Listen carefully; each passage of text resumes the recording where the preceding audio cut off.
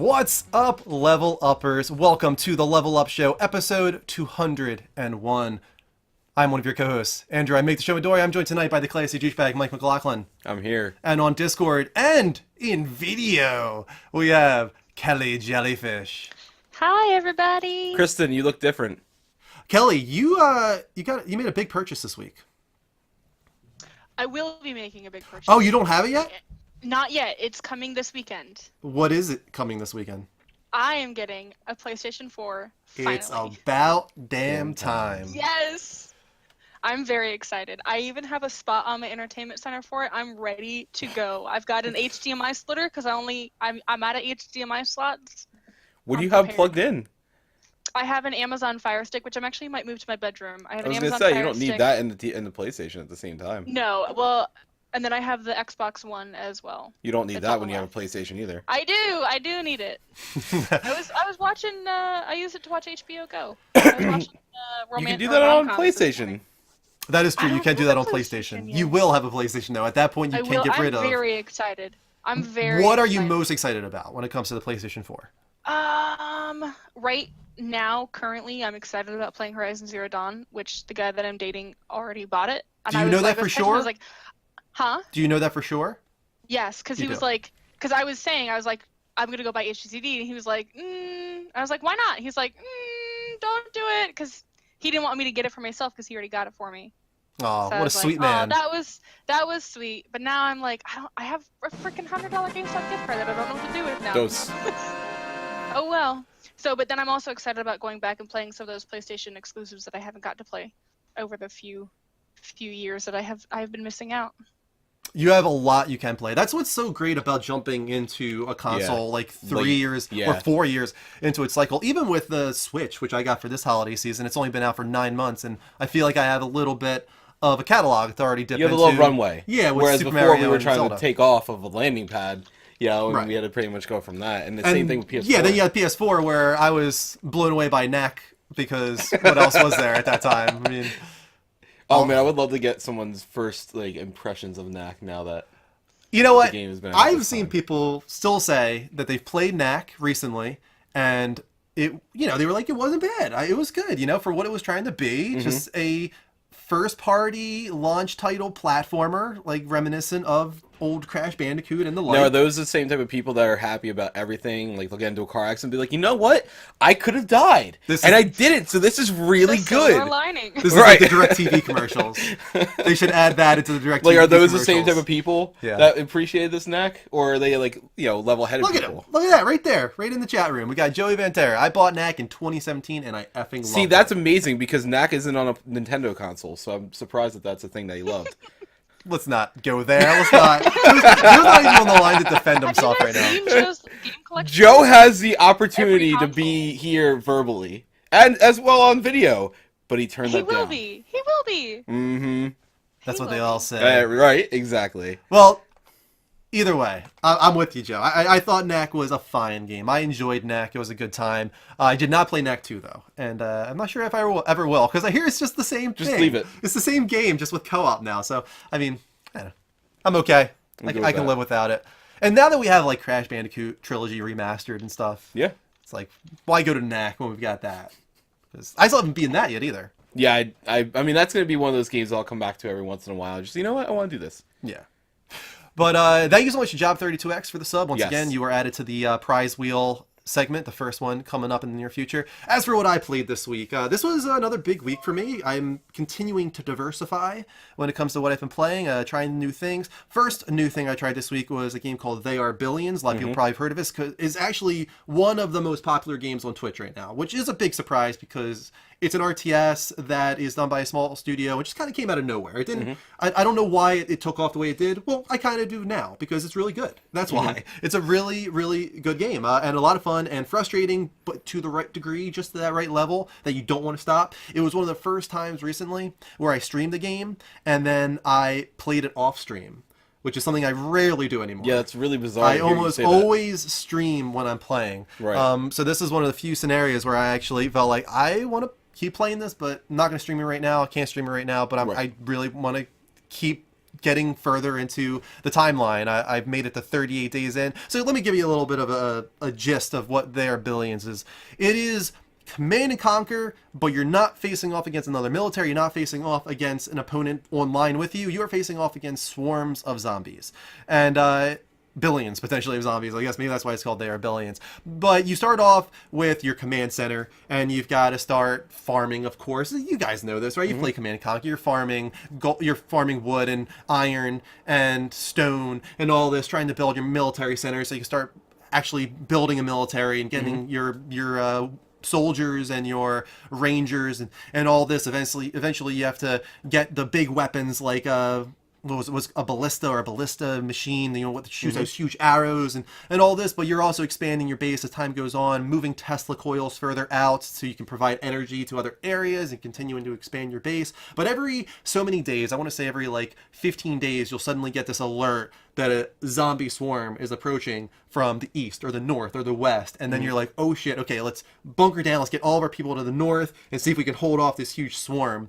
And that's when things just get crazy and go to shit, because like you'll have tons of walls up, you'll have the ballista, you'll have all your infantry all there, but all it takes is one getting through, and that's what's really fun about this game. It's not like Command and Conquer where it's like, oh, one soldier gets through, let's just go get that soldier. Right. No, if one zombie gets through, all it has to do is get to a tent. If it gets to one tent, it's going to infect that tent, then there's 5 zombies, and then they infect the next 10, and then there's 20 zombies. That's and pretty cool concept. It just explodes throughout your base, and suddenly it's like, I just quit. It's like not even a rage quit, it's just all right, it's over. Yeah. It's like they got in, they got to the tents, there's no point in me even trying anymore.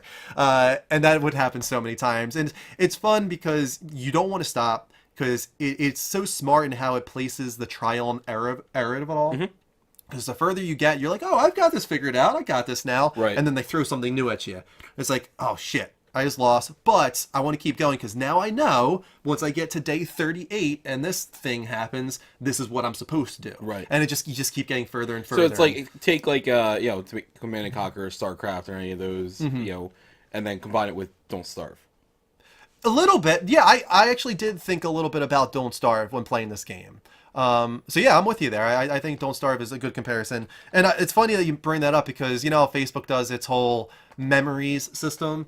That for some reason came up. I guess that was a certain number of years ago because that popped up on my feed. Not that one, no. Your miserable base burning? No, my base burning was never recorded. That's one of my biggest regrets ever. I'm so mad that's not on video anymore. It was just a video that I had done, like a 12-minute video of a review, I guess you would call it, at the time. No videos, just a voiceover of me talking about the game and why people should play it and how it was free with PlayStation Plus. And it's so amusing to look back at those things, and I listen to myself and it's like, dude, there's no enthusiasm in my voice. I'm just like, yeah, do this and do that. It's like, dude, come on. Give it a little more pep. Give it a little more snap. Like, what are you doing, man? That's so funny. It's funny to go back and listen to the old stuff that we did and be like, what the hell, where are we going? Right. Jesus. But the other one I played this week was Cuphead, finally. Okay. Played Cuphead. Yeah, I tried not to watch it. Did you? Yeah. I guess on PC or on Xbox? On Xbox. Is it free? Because it was just like, oh, this is ready to download. And I was like, okay. And I downloaded it. I didn't know it was... buy it? No. It was just there, ready to download. I was like, okay. Well, that's pretty awesome. Cause, I mean, lucky for you because it's $20. Like trial version. Oh, maybe it's like a demo. I don't know. It just finished downloading like 30 minutes ago, so I haven't actually gotten a chance to play it. But I figure. Well, how do you feel about really frustrating but also rewarding platformers like a Super Meat Boy? I never played Super Meat Boy, but I do like them. I played Battle Block Theater a lot, like almost 60 hours worth. It's not a 60-hour game, and I like that game. This is kind of similar to They Are Billions in that it does figure out that fine line you need to straddle between frustration and rage quit. Like, this is it, I'm done. Like, this isn't worth it anymore. It's got enough reward for that frustration that you don't want to stop. And then, of course, as everybody's been talking about, the visual style, the artistic direction is just unlike any other. There's no other game like it. There's no other game that looks like Cuphead. And you can play it, honestly, for that reason alone, I want to say. But I'd say I'm enjoying both the boss battles and the run and gun, which is something that they added afterwards. Of course, we were really concerned about that because the run and gun was not only added later, but it was also supposedly the weakest part Right. At demos from just 2 years ago, 3 years ago. So I didn't like it as much as the boss battles so far. There was one run and gun stage in particular, one of the last ones I did on the stream, that was really trying my patience to the point where it's like, I don't know if I want to keep playing this level over and over again. But that was the only time so far where it got to that level. And a lot of it has to do with, and this is all me, my problem in parrying. I'm really, really bad at parrying in that game, and I can't figure out the timing of when you're supposed to press X and how close to the enemy you're supposed to be when you press it. It seems like it's different for me every time, and I just can't figure it out. And that's a really big source of frustration so far. But that's entirely on me, because I've seen other people like, dude, what's wrong with you? You suck so hard at parrying. So it's clearly me. Right. I've got a problem. Yeah, it's just you not getting the timing down right. Yeah. Dustin, welcome in with the bat spin. We also got 40 people in the room. Welcome, everybody. Appreciate you being here. Mike, what'd you play this week? That's all you played? That Cuphead. Oh, well, I played Persona, of course. But How close are you to being finished? I would say I'm 50 hours in, and I'm about 1/5 of the way there. God damn, dude. Are you about to give up on that game at any point? I might have to. It's just taking too long. I'm too slow with the game. It's just, you don't like. I think the biggest issue that you and I both have, you more than me even, is we don't have consistent hours in a day to sit and play a game like that anymore. Yeah. Like that's the issue that I have. Like I was talking the other week about Divinity. And I really hate myself because I want to play it more, but every time I have a moment to play, I'm like, do I want to try to bother getting into it, or if I get interrupted while playing that game, I'm gonna be really annoyed, right? Because I don't want to stop playing it, So am I better off playing something like Fortnite or Overwatch or anything like that, where God forbid I need to go do something, it's only gonna be a 10-minute interval max between there. So that's the same issue I have. Yeah, I mean, I would have to play it off stream. I honestly feel like I'm at least doubling my playtime by streaming it, because not only am I doing all the voiceovers, but all the voiceovers are really what takes a long time. Yeah, I mean, if I was just playing that game upstairs by myself, I would be rating it in my head, because first of all, it doesn't have voice acting 50% of the time, if not more than that. Right. So I would just be speeding through it. Right, exactly. You can glance at it. Like when I was doing Dream Daddy. We played what should have been maybe like 10 to 15 minutes, and what was that, like an hour and a half long stream or something like that, I think, that night? Like, it was... Brian says ridiculous. You have to not read everything aloud. But that's the thing, like, would it be an entertaining stream if I'm literally just reading things quietly while... Because there's long periods of time in that game. For instance, my last 2 streams with Persona 5, there hasn't been a single battle. It's been nothing but cutscenes and reading. And that's like 4 or 5 hours straight of streaming of nothing but that. Like, would you want to watch 4 or 5 hours of me streaming something where I'm just staring at the stream reading what's going on? I don't think people would like that. Right. So if I'm going to stream Persona 5, I'm going to try and make it as entertaining as possible by impersonating these characters to an obnoxious degree. Right. That's how I'm going to try and make it entertaining as best as I can, and that's why it's taking so long. Right. I get it. I want to keep going at it. Don't get me wrong, but I do worry about it. It is a concern. Yeah, for sure. Go ahead. What were you playing? So I got Steamworld Dig 2. I don't know if I talked about that at all. No, not yet. I got Steamworld Dig 2 either this past week or maybe the week before, and I just didn't talk about it yet. But I love Steamworld Dig 1, and I actually finished that game to completion, which is it's something worth saying, because Rick even made fun of me, in this show already, saying that I don't finish games. And I don't honestly finish games. If I get bored of it, if I feel that there's no reason to... There you go. If I don't feel that there's a need to go on, I'll just stop. Or if I feel that there's something that will be better, much more worth my time, I'll go on to that. But I really like SteamWorld Dig. Definitely, for anybody that likes that Metroidvania type, platformer, that's definitely a game worth looking at, especially because it has a completely different mechanic to it. With the whole digging aspect, and you need to get money, and so you see you're digging through dirt, and you can't jump and dig, so you have to dig only left, down, right, or up, and everything like that. So if you see a mineral that you think is worth money over here, and you're up here, you have to figure out that you can make sure you can get to that mineral over there, otherwise you're going to lose it. And you have the lantern dies out, and this and that. So there's all these different mechanics to it. But SteamWorld Dig 2, I was afraid that it was going to be more of the same. I was actually looking forward to it in a way, but I was also afraid that I was going to get bored of it, because it's going to be like, okay, I love that I got to go back to this, but is it going to be more of the same? And they kind of added enough to where it's different. And almost like it's its own unique game, almost like a spin-off. So I'm really liking that. I was playing that for about for quite a while. I'm trying to think what else I played. I know. I mean, I've been really getting into Division and Divinity. Oh, really? Division again? Back? Yeah, out of nowhere. Just I because think, didn't you say you weren't gonna jump back into that game? I didn't think so, but all of a sudden, out of nowhere, within the past like 2 months, there's been so much talk about it on certain forums. I decided to go and look into it. This is the game that we thought we were getting, or pretty damn close to, or if we had gotten this game, no one would have been pissed off. There is so much to this now, and it's so complex, and there's so many different paths to go, and the game just offers so much more than it did when it launched. Obviously, it's developed in the time, but to a point where I respect Massive much more than I do Bungie. Bungie is on my shit list of companies that used to be up here and are now down. Is that fair though? I mean, Division's been out for how long, and Destiny has Destiny 1. What, 5 months? 4 Destiny months? 1 never reached the point that the Division has now, and Division's only had maybe 2 years, and Destiny has 3.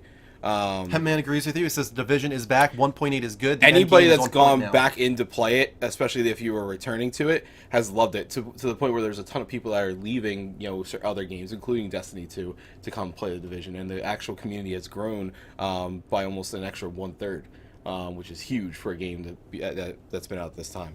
So I got that, but one of my favorite things is I finally hit 500 moons on Mario. Oh wow! Yeah. Is that all of the moons? No. Okay. There's 999.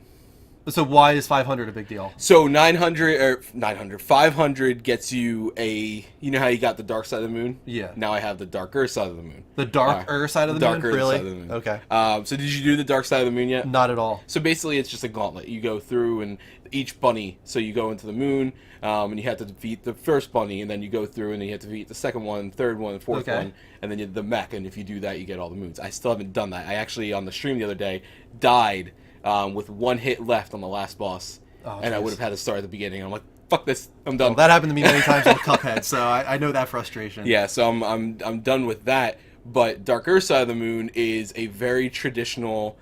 This is something that I think I'm going to like more than you will. Almost Mario Galaxy like platformer. Okay. To where you run in and it has its side scrolling or very one dimensional routes that you have to go. And it's tough. So it's a really cool thing, really worth getting. I ended up getting 100 jumps on the jump rope in Metro. That's pretty good. Yeah. Yeah, I got I think I got into the 60s before I was like, okay, I got the moon. I got 143. I don't need to do anymore. That's pretty good. Yeah. Like I hit 100 and I'm like, I could stop. I'm like, but I shouldn't. And so I kept going. Is there another moon for 100? There's a moon at 100. Yeah. Oh, okay, gotcha. Yeah, so that's why I went to 100. But yeah, so once you do it with the moped, it's so much easier. Oh, okay. Yeah, get the moped. Oh, you didn't do that for your? No. Oh, I didn't even bother trying to do it. Get the moped, drive it in. So drive it right up to where it says you want to start this. Get ready. When it says jump, drive the moped just up a little bit. The moped is a consistent jump. So instead of doing the 3 thing where that's where probably why you messed up. Especially once it gets to the same thing, you can just hit it. So that's why I ended up going after 100, because after 100, I was able to just keep hitting the button while watching TV with Danny. Mm-hmm. I just kept because it's like literally just this pattern. Yeah, and you can just hear it. So I just hit that. But yeah, so I was really happy with that. Good for you, man. I don't know. I was proud of myself, bud. You should be. Like that's one of those things where like I literally have looked at it 100 times, and I'm like, I'm not gonna do that. I'm gonna skip that moon. I'm not gonna get. That's like Final Fantasy 9. I told you they have a trophy in the PS4 version of Final Fantasy 9 to do 1,000 jump ropes on this freaking thing. Yeah, and I know people that have done it. I've seen Resetera, NeoGaf back when it was still really kicking. Yeah. But it blows my mind because honestly, I can get like 100 maybe. And that's just ridiculous to put a platinum behind that. That's obnoxious. That's insane. That that's should obnoxious. Be like one extra gold trophy. Yeah, like you know what I mean? You should be able to get the platinum without doing the 1,000 jump ropes. That's insane. That's just a little too much. To respond to a couple questions on Persona, Diclonius asked, do you have any recommendations when it comes to waifu? I don't. And the reason for that is that it's taking me so long to meet women in this game that I only have An and Makoto and Dr. Death, and like that's kind of it so far for me. And for that reason, I'm not ready to commit myself to anybody. Like what else is out there? I need to see. Commit. Like I can't like lay down with An yet. who knows what's going to happen in the next 200 hours of this game. So right now, I will say, and a lot of people disagree with me on this, that I actually really like An. I think she's sweet, she's smart, she has my back, she seems like a good person. And so right now, of everybody that I've met, as far as who can be your waifu, I would say An is my top, but that'll probably change. According to Rick, who thinks he knows me very well, he thinks that there's a certain somebody that I will not be able to resist. We'll see. And beyond Kristen, of course. Every time I stream, that Clintus is like, you already have a wife, right? And I'm like, guys, stop. Just go with it. Right. Just stop. Stop being so literal. Yeah, please. Anything else for you? I think that's it. I think it was pretty light. I'll have Overwatch again. So that's why it's light. You'll never need to even say that anymore. Dude, I will tell you, I will say this. I have never had so much excitement watching esports as I have watching Overwatch League. Oh, I have no idea why. Twitch exclusive. Yeah, Twitch exclusive. Our friend Rick and Johnny and my friend, our friend Shireen, actually went to the first night where Philly played. This one bar was hosting like a celebration type thing where they had sponsorships and stuff like that. She got like T-shirts for it and stuff. So she ended up going to it, and she even was saying it was actually pretty exciting there. But I'm like watching this, and I'm like, this is actually kind of fun. Like I understand to an extent why people watch it. I can't understand why they consistently watch it all the time. But I was even watching it like at work. We had a downtime for a few minutes, so I had it up on like the back. I'm just like looking at it, I'm watching it, I'm just like going back and forth between watching it on my phone and then texting about it and everything. But that was fun. And it's gotten me really hyped into it again. Kelly, you actually downloaded Overwatch again for the first time in a long time. Oh. Are you still playing Overwatch? I am, not as frequently. I've been really into City Skylines lately. I don't know why. That's how you play that. Yeah, I don't know what it is. Like, I'll be driving down the road, I'll be like, I should build this road in City Skylines, and then I don't. And then I don't. I think about, like, I don't know. People at work, I get on tangents all the time about the traffic here. I hate the traffic in the Northeast all the time. So I always try to, like, design cities kind of like they look here and then try to make better traffic systems. And the solution is to just tear down the old road and put bigger ones in, which means you destroy all the homes, which people don't want to do. I don't know why they don't want their homes destroyed, but, whatever. You are certainly correct that the traffic sucks around here, that's for sure. It is not fun. But no, I downloaded, or I bought because for the Overwatch League, they give you 100 credits to get whatever skin you want. And even though it's god-awful ugly, I bought the Houston Outlaws Mercy skin. Yeah, Houston has a very odd green setup going on. There's nothing lime green about Houston at all. Like, right. At all. Like, and I get, there's Dallas, there's 2 Texas teams, but Dallas has, like, the Cowboys and the whoever else. They could go blue. Like, the fuel colors make sense. Dallas is blue. Okay. Houston could have been like the burnt orange, like the UT Austin, or even like a maroon, like Texas A&M, which is like 2 hours outside of Houston, or even U of H, the University of Houston, is red. Their colors are red. Like, where did the lime green come from? I don't understand. It's so ugly, but I bought it anyway. So yeah. So Overwatch League, each team, like areas, will have their own teams. So Philly has a team, Houston has a team, Dallas obviously has a team, like she said, but San Fran, LA, even Seoul. And London have teams, but there's not a lot. I think there's only 16. I think it is. Yeah, there's not many. But they all have their own colors, and so for the league, they let you buy the colors and everything like that. What is obnoxious though is that it's its own credit system. So they'll give you 1 free skin, but then you absolutely need to buy and credits. They're so expensive. $5 a skin. Ooh. And also, each character has their own skin. Has each team's skin. So. I think it's $1,300 to buy all Dallas the skins has for all their the own characters. team. Houston is set. Houston and Dallas are like 4 or 5 hours away from each other. Like, one is south, one is north. The only thing I don't like about it green. Is the teams have no there's no Philly's team could easily be Houston's team, which could easily be London's team. Like, there's no reason that they're the teams of the states that they're in. Yeah. They're all Philly actually, I think, got delayed or had issues because they had problems coming over with their passports. They had issues getting their green cards. Oh, wow. Come over. Or their work visas, I should say. So. Kelly, would you mind turning your gain down a little bit on your mic? Yes. Just a tiny bit? I can play with that. Yeah, Rick, I agree. That the nice thing is that every team member does get paid directly. So instead of it being like, at the end of the season where you're playing for free, every person makes around $50,000. Oh, wow. Okay. Yeah. Anybody watch Games Done Quick this week?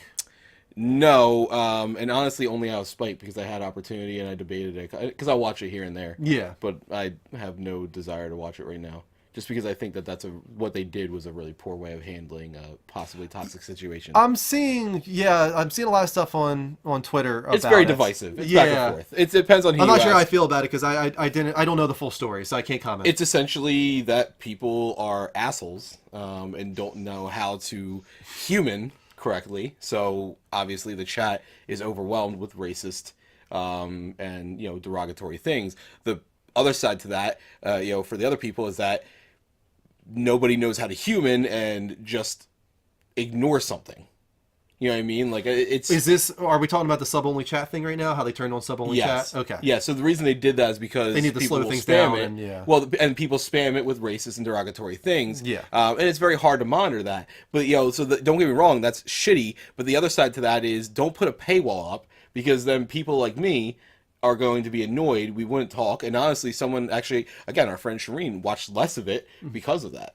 They probably should just put a 30-minute follower chat or something like that instead. Something like that. I mean, there's definitely ways to do it, but I think it's, like I said, the biggest problem is while people are shitty and can't, possibly get together right, the other side of it is nobody has a spine anymore.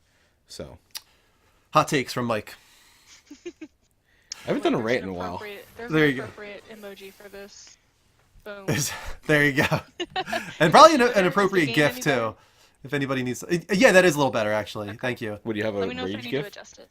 Nope, you're good. I'm sure there's some type of GIF somebody has in there for rage in some way. But anyway, let's move on. Let's get into the official non-gaming portion of the show. It is called The Level Up Show Has No Game. Is 3 non-gaming topics at 2 minutes each. Are we ready? Oh, I'm always ready, Mike. Are you ready? To it. Well, I asked you, so clearly. Moving on. First up, it has no game. Deadpool 2 and New Mutants have both been delayed, but people are really focusing on New Mutants because this is not a small delay. Did you hear about this? It's being delayed until next year. Right. Like, it's like February of next year. This is like a 10-month delay or something like this. And they've already started, like, the marketing system on this. Like, people were getting pretty excited to see this movie, and now they've got to wait, like, another year plus to see it. That I can understand being a little frustrated there. The reason for it though is also very interesting. It's that, and I already thought it looked scary, but they want to make it even more scary. They want it to like really feel like a horror film. Kelly, you probably won't see this at all, right? Because it's horror. I don't do well with horror. I think we watched this live on a show. We did, yeah. I'm into the idea. Not into the idea of horror. So I don't know. I'll probably watch it when it comes out on like HBO or Netflix, wherever it's going to come out, and then watch it from under my covers. But I won't watch it in the theater, no. I'm actually really excited. And just to clarify, Rick did already say it in the chat, but actually Deadpool did get pushed up. Got back it wasn't pushed back. That's what I was saying in the chat. But I was like, hey, listen, take the time that we need. We get Deadpool 2 weeks early. Yeah. So that's why, because Deadpool gets pushed up by 2 weeks, and then New Mutants. Oh, right, because When it's kind of dodging. What's it dodging now? Deadpool. It's getting in front of something, isn't it? Giving it a little bit more space. Maybe Rick can comment on it. I thought that seemed to be the rationale behind it being pushed forward. That it's getting. Well, he said it was a good reason that it was, but I don't think there was any specific thing that they said it was. Yeah. But it was definitely getting out of the way of something else. But yeah, no, I'm actually on board with this getting scarier. I think that's what we really need to diversify the genre, because superheroes will eventually get very boring. It already has for a lot of people. So going into the horror realm for it, inside is definitely a great way to keep it going and feel fresh. I'm curious when Disney's going to kind of take control of all that, but we'll have to wait and see on that. Next up, it has no game. John Wick, which I actually really enjoy, both the first movie and the second movie. They're turning it into a TV series. I'm trying to remember what it's called. It's called The Something, which is like the bar. John Wick? No, the bar in the John Wick movies, the one they go to where everything's off limits here. You can't kill each other. I think it's called that. Whatever that bar was called, the something. That's the basis for the show. And we were having a chat on this on our G chat, and Dean was in there, and he felt that this is becoming too frequent, where these popular movies that really don't make sense as a TV series, they're turning them into one, and he's not on board with this at all. I disagree with this particular one. I do agree with his sentiment, and I think the issue is that every single thing we see is getting a TV show now. Yeah. And I think that's where my issues will align with his. I disagree, and I think this is actually a fine one to go with, just because, especially for the type of TV it will be.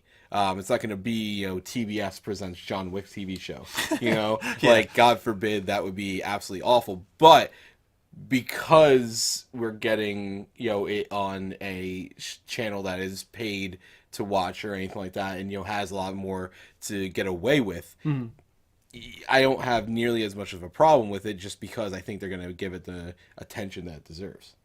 Yeah, I mean, I think that there is potential for this just because all we've seen is John Wick, but right. I mean, this is a whole universe that they're creating here. All those hitmen in the beginning of the first one, actually throughout the entire, or second one, throughout the entire second movie, could definitely be explored. Kelly, you have any opinions on John Wick? Have you seen the films? I think I watched about half of the first one, then I walked away from it for some reason, and I never came The dog back. died, and you were like, screw this, I'm out? No, I don't remember. I remember vaguely, it was a long time ago, but I vaguely remember Keanu Reeves, and then I either got distracted or I had to go somewhere, and then I just never came back to it. That sucks. Such Do a it, good man. movie. It's actually really Yeah, good. I will. But finally, guys, a new challenger has approached. A new challenger has approached, but can I just, It is Tide Pods. It is Tide Pods. So here's the thing. If you are a type of person that eats Tide Pods, I'm going to need to ask you to leave the room. That's pretty much all I need to say. You're a fucking idiot. Before you wreck yourself. Like, oh my god, how stupid are these people? Like, I almost wondered if this was a big troll, where kids are acting like they're eating Tide Pods, but no. As we can see, they're actually doing it. There are kids putting Tide Pods in their mouth. They're putting them on pizza. They're cooking them in the oven. What is happening to the world, Mike? When did anybody ever think... There's already been enough of these, right? There's been the hot water challenge and this and that are already dumb as shit. But you can smell Tide Pods through the plastic, and that smells like straight poison. Like, who in their right mind? And look at these people. These are not young people. These are 20-something-year-olds here. What the hell are you doing? I don't know, life? But honestly, I think my issue is that more of these people aren't swallowing them and eating more of them. Because, honestly, I'd rather you die so we don't have to fill the world with stupidity. Mike's opinions do not represent the rest of the Level Up Network. No, they're mine. They're mine. You can take them, too. I encourage you to, because, my fucking god, what the hell is wrong with you that you think, you know what? This is a decent idea. Let's try this. Let's see how Nobody it goes. deserves to die for stupid reasons. Listen. Let me just say that right off the bat. But... You're That's playing your with take. fire here, man. And It's very dangerous. Drink fire. I'd rather you Kelly, drink go fire. ahead, Kelly, please. I want to hear it. Okay. First of all, I think it's hilarious, and by hilarious, I mean incredibly sad, that Tide has to actually issue an official statement saying these should not be eaten. But I also remember being 12 and doing the dishes, and we had the little Cascade pods, and I wanted nothing more than to put it in my mouth because I was like, this looks so yummy. But I didn't. What? Because I had a brain. Well, It was colorful and juicy, and I was like, Kelly's right. Kelly's right. They're calling it the forbidden fruit. And I feel like there's something very simple that Tide could do, and I don't understand why they don't do it. Get rid of the color. Because honestly, that is a part of the problem for toddlers especially. Toddlers are putting this in their mouth because it looks like candy. So why have they not just made it white at this point? Just like the plain laundry detergent. Is it? Are they really that invested in the marketing scheme of it all? The color, Yes. whatever? Are they that invested that they are willing to put children's lives on the line? Listen.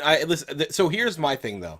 They have already taken a lot of steps to prevent accidental consumption. And so for Tide the bags, you actually have to zip it a different way. It actually is a two-step process. You actually have to slide your hand one way and then slide it back another way, something that most children wouldn't even be. Again, though, it blows my mind that they decided to do that, entirely re-engineering their bags, as opposed to just, hey guys, let's not put the food coloring in because there. Because it's a marketing thing. The bright shiny colors.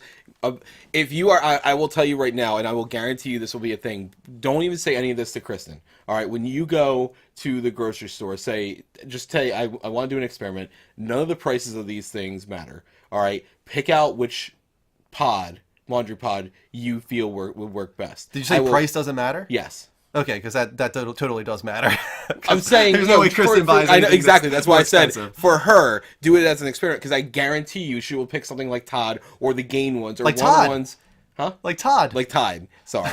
Like Tide or one of the Gain ones where it is all about the color. Whereas you do have ones from like Arm & Hammer that are clear, or whitish or whatever. And they will sell better than the Arm & Hammer ones for pretty much those reasons. That's actually why Tide and all those things actually started selling better. Arm & Hammer was a strong competitor in that scene before, and all of a sudden Tide came out and it was like, look at us, we're bright and shiny and colorful, and doesn't this nice blue liquid look like it will clean your clothes, because we as humans perceive blue to be a brighter color than white, so that's what's going to appeal to our senses. So yes, it absolutely does matter. I don't think that it does not matter. I'm just saying that there are lives on the line, and I thought maybe as a part of a PR strategy to get in front of this whole thing. No, they already have. Maybe they would do a little bit more than just changing the zip. But at this point, because people are doing it on purpose. Well, yeah, that's the thing. We're not even worried about toddlers anymore. We're worried about 20-something-year-olds. The only other people that do have an issue with it are actually elderly. There's actually more elderly that have consumed and died from it than toddlers because of dementia. The world so that's is coming actually to a legitimate issue. That said, if you're 20-ish and eating it, I wish you would eat more. Speaking of the world coming to an end, I watched a show on Netflix called Spectacular. Already. Holy oh shit. my god. Again, I can't do this. Who did it? Baz again. Baz, man, what are you doing to us? I'm finishing my sentence first. I'm finishing my sentence. Ready. We've been staggered. We're going to be staggered in a moment. But first, let me just say, I watched a show called The End of the Effing World on Netflix. It's actually a British TV show that Netflix brought over exclusively to their service. And I think a lot of people need to watch this series. It's very short and very sweet. It's very easy to get into. Only 20-minute episodes and only 8 of them. The characters are very compelling. They start off as annoying teenagers, but it very quickly evolves. And over the course of just 3 hours, these characters develop very, very well. And it's unlike a lot of shows that you will see. So all I'm going to say is watch The End of the Effing World. Very good. Interesting. All right. We've been staggered. Are you sure? I have got Streamlabs open. I've got the outline open. I'm ready to go. All right. It is time. Guys, we have been staggered! Okay, we got 3 minutes. 3 minutes, guys. I actually need to start the timer. Where the hell's the timer at? No, the timer's off screen. I'm not going to be able to get it. Will I be able to get it? No, it's going to pop up. There it is. Oh, It wow. popped You up. have Thank it God. pop right up here. Yeah, sometimes it doesn't do that. But there we go. 3 minutes. Starting right now. There it goes. Okay. The way staggers work, guys. When we're staggered, our defenses are lower. Normally, we have $5 or more to get a spin of the prize wheel. But when we are staggered, it goes all the way down to $1 or 100 bits. And this is a good time for you guys to get a lot of XP, because this entire wheel right here is filled with nothing but XP. Didn't Baz get like 270 the other day? Oh, a lot more than Something that. like that. A lot more XP. Baz got like 1,000 Miss Mel XP. starting it off. Thank you so much, Miss Mel. $1 from Miss Mel. Let's get this party started. We're gonna start spinning this prize wheel. This one is for Mel. And the first wheel is 18 XP to the room. well, I can't speak. XP, 18 XP. XP to the room. We're going to have to keep track of the room because we have to do that right after the stagger, as opposed to the individual ones, which I can do later Dirty on. Hob. So I got 18. Here, I'm going to actually do Dirty that. Hob gets 18 XP to him alone. Thank you so much, Dirty Habanero, for the $1. And of course, the $33.33 tip from Baz will result in a wheel spin during our wheel segment. He gets the real wheel. He gets the real wheel. The real deal wheel. Tobes of $1. This one's for you, Tobes. Tobes. And Tobes gets 15. 15 to him and him alone. 15 XP Him to alone. Tobes. Way to go, Tobes. Way to go. Mel has another one. Mel has another one for Mel. Got 1 minute and 30 seconds left in the stagger. And Mel gets 21 XP to her and her alone. Thank you so much, Mel. That's $2 from Yours is Mel. yours and yours alone. Yes. I was trying to remember what Olmec would say that That's what reminded me of. Remember that show? Oh my god. What is that? Stagger. We've been staggered. Oh my god, that's what we should do. We should have minions. Stagger. Stagger. That was Kristen's dad, guys. Kristen's dad just got staggered. That was pretty Hi, good. Kristen. Tobes with the $1. Tobes, thank you so much for Kelly the $1. said hi. Kelly said hi. $1 from Tobes. He gets 23 23. XP to him and him alone. We got 50 seconds left in the stagger. I can't believe Kristen's dad just came down. That's really entertaining. Actually, you know, that makes perfect sense. If anybody makes the most sense as the person that spawned Kristen, not just like as a hereditary thing, but like he is Kristen in male form. Like all the That's so jokes, awesome. all of it comes from him. That is totally him. All right, I think we're still on Tobes with his $1 spin. We got 20 seconds left about in this stagger. I was going to Dad just spin. add up all the XP that the room got, so that wasn't So far, it's only one. confused. It's only been 1 at 18. 18, so. yeah. So that'll be pretty easy. Unless we get another. 10 seconds left. There we go. Johnny with Johnny $1. got one. God. This one is for Johnny. He got poop stories? Question mark. He's got a lot of poop stories. 27 That is- to John. 27 to John. That is all of Kristen's poop humor came from her dad. And 100%. all of our health is now coming back. So only, Drew can breathe again. So we only 18 need to the room. Bazos's wheel spin. Yeah, we'll Everyone do that else during the got- wheel segment. Yep. Everyone else already got. And I'll do 18 to the room right now. So that wasn't too crazy. I was able to keep track of that one this time.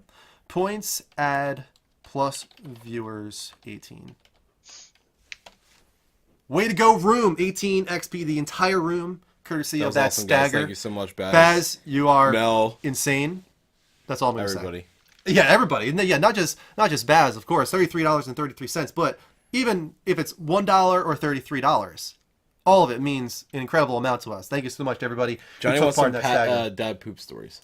Oh, you want some dad poop stories? I mean, I could check if he's willing to come down and tell you a dad Oh poop my story. God. I mean, if we really want. I don't want to put him through that. That would be too much to ask of him. I don't want to put him in an awkward situation. But anyway, moving back on. So yeah, everybody please watch The End of the Effing World. It's a really good series on Netflix, and it won't take you too long to get through it. But what we're going to do right now is we're going to do the wheel spin moment. So let's, first segment of the night for wheel spins, the official wheel spins, the full wheel. First up, who is it, Mike? First up is Baz. No, I'm sorry. Wrong one. Joe. I know Look at the Reed wrong good. one. Well, I'm looking at this one. There's another list with names that threw me off. All right, what do we got? 25 XP to the to entire the room. I can do that right now with my macro. There you go. My macro. With my macro. And next up we have Job with the resub. Thank you so much, Job Jose, for the resub. Really appreciate that, man. This one is for you. And we've got a lip sync challenge, I believe. Oh, no, never mind. It Old just Man. barely went to Old Man Andrew. Old Man Andrew will be making an appearance during the level update. And finally, for that huge $33.33 tip from Baz023S, this one is for you. What do we got? Oh, man, we're doing an Pterodactyl. Old Man Pterodactyl Andrew. We're combining them. They've evolved into Old Man Pterodactyl Andrew.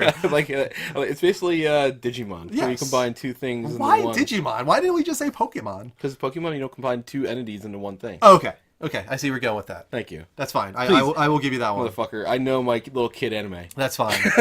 I think Ni no Kuni was like that too, where you would combine. Oh, do you combine your I think characters? so. If I remember right, My you God, combine I Ni can't no wait for Kuni. that game to come out. Yeah, that's really I exciting. want to do. Can we next episode? I think maybe top of the week we do our year, like our most anticipated for the year. Oh yeah, for sure. Yeah, I mean, well, that's going to also happen during Level Up. But you still forget. Oh, sure. One of yeah, our yeah. awards is most anticipated, so we'll Right, talk about but I mean all in that. general, like what we expect to happen throughout the year. Yes, Rick, I am doing the XP giveaways. Don't worry about it. I've got that. Oh God, Tobes, I haven't since I bought my PC. I'm now going to check because I just need to see why you're getting amazed. All right, moving on. Mike, we've got this like little community focus segment that we do every week. What's that called again? On the spot. No. Community question of the week. What is that, you might say? And it is where we ask you guys to go to our Discord, which you should be on right now if you aren't already. Discord.gg/levelupnetwork. Well, exactly what he just said. and the noise that Kelly just made, go there, Also share. look in the Question of the Week tab where you can answer the week's question. This week, we asked you, over the last 4 years, which of our streams from Andrew and Mike did you guys like the most, and why? So, of course, last week was our 4-year anniversary episode 200. We've been officially on for over 4 years now. Not all of that has included game streams. We became a lot more invested in game streams, I would say, during our 2nd year. But there's always been game streams. Don't Starve being one of them, like way back in the day. Even though that wasn't brought up in this question. Yeah, but we did a decent amount of game streams throughout the whole time, really. Ever since I had the PS4. Did I just hear Kristen?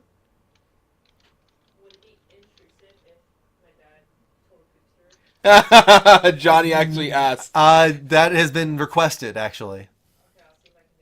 Okay. All right. Kristen is trying to see if she can make a dad poop story happen. Oh, man. So, we had some answers from you guys this week. Kelly Jellyfish herself was one of the first. She said, I loved watching you play The Witness. I love puzzle games, but rarely have the patience to finish them. Letting y'all suffer through and watch your face contort makes it so much better. I need to play The Witness. Let me tell you something. Of all the streams I've ever done, of all the games I've ever played on stream, The Witness still is really high up there.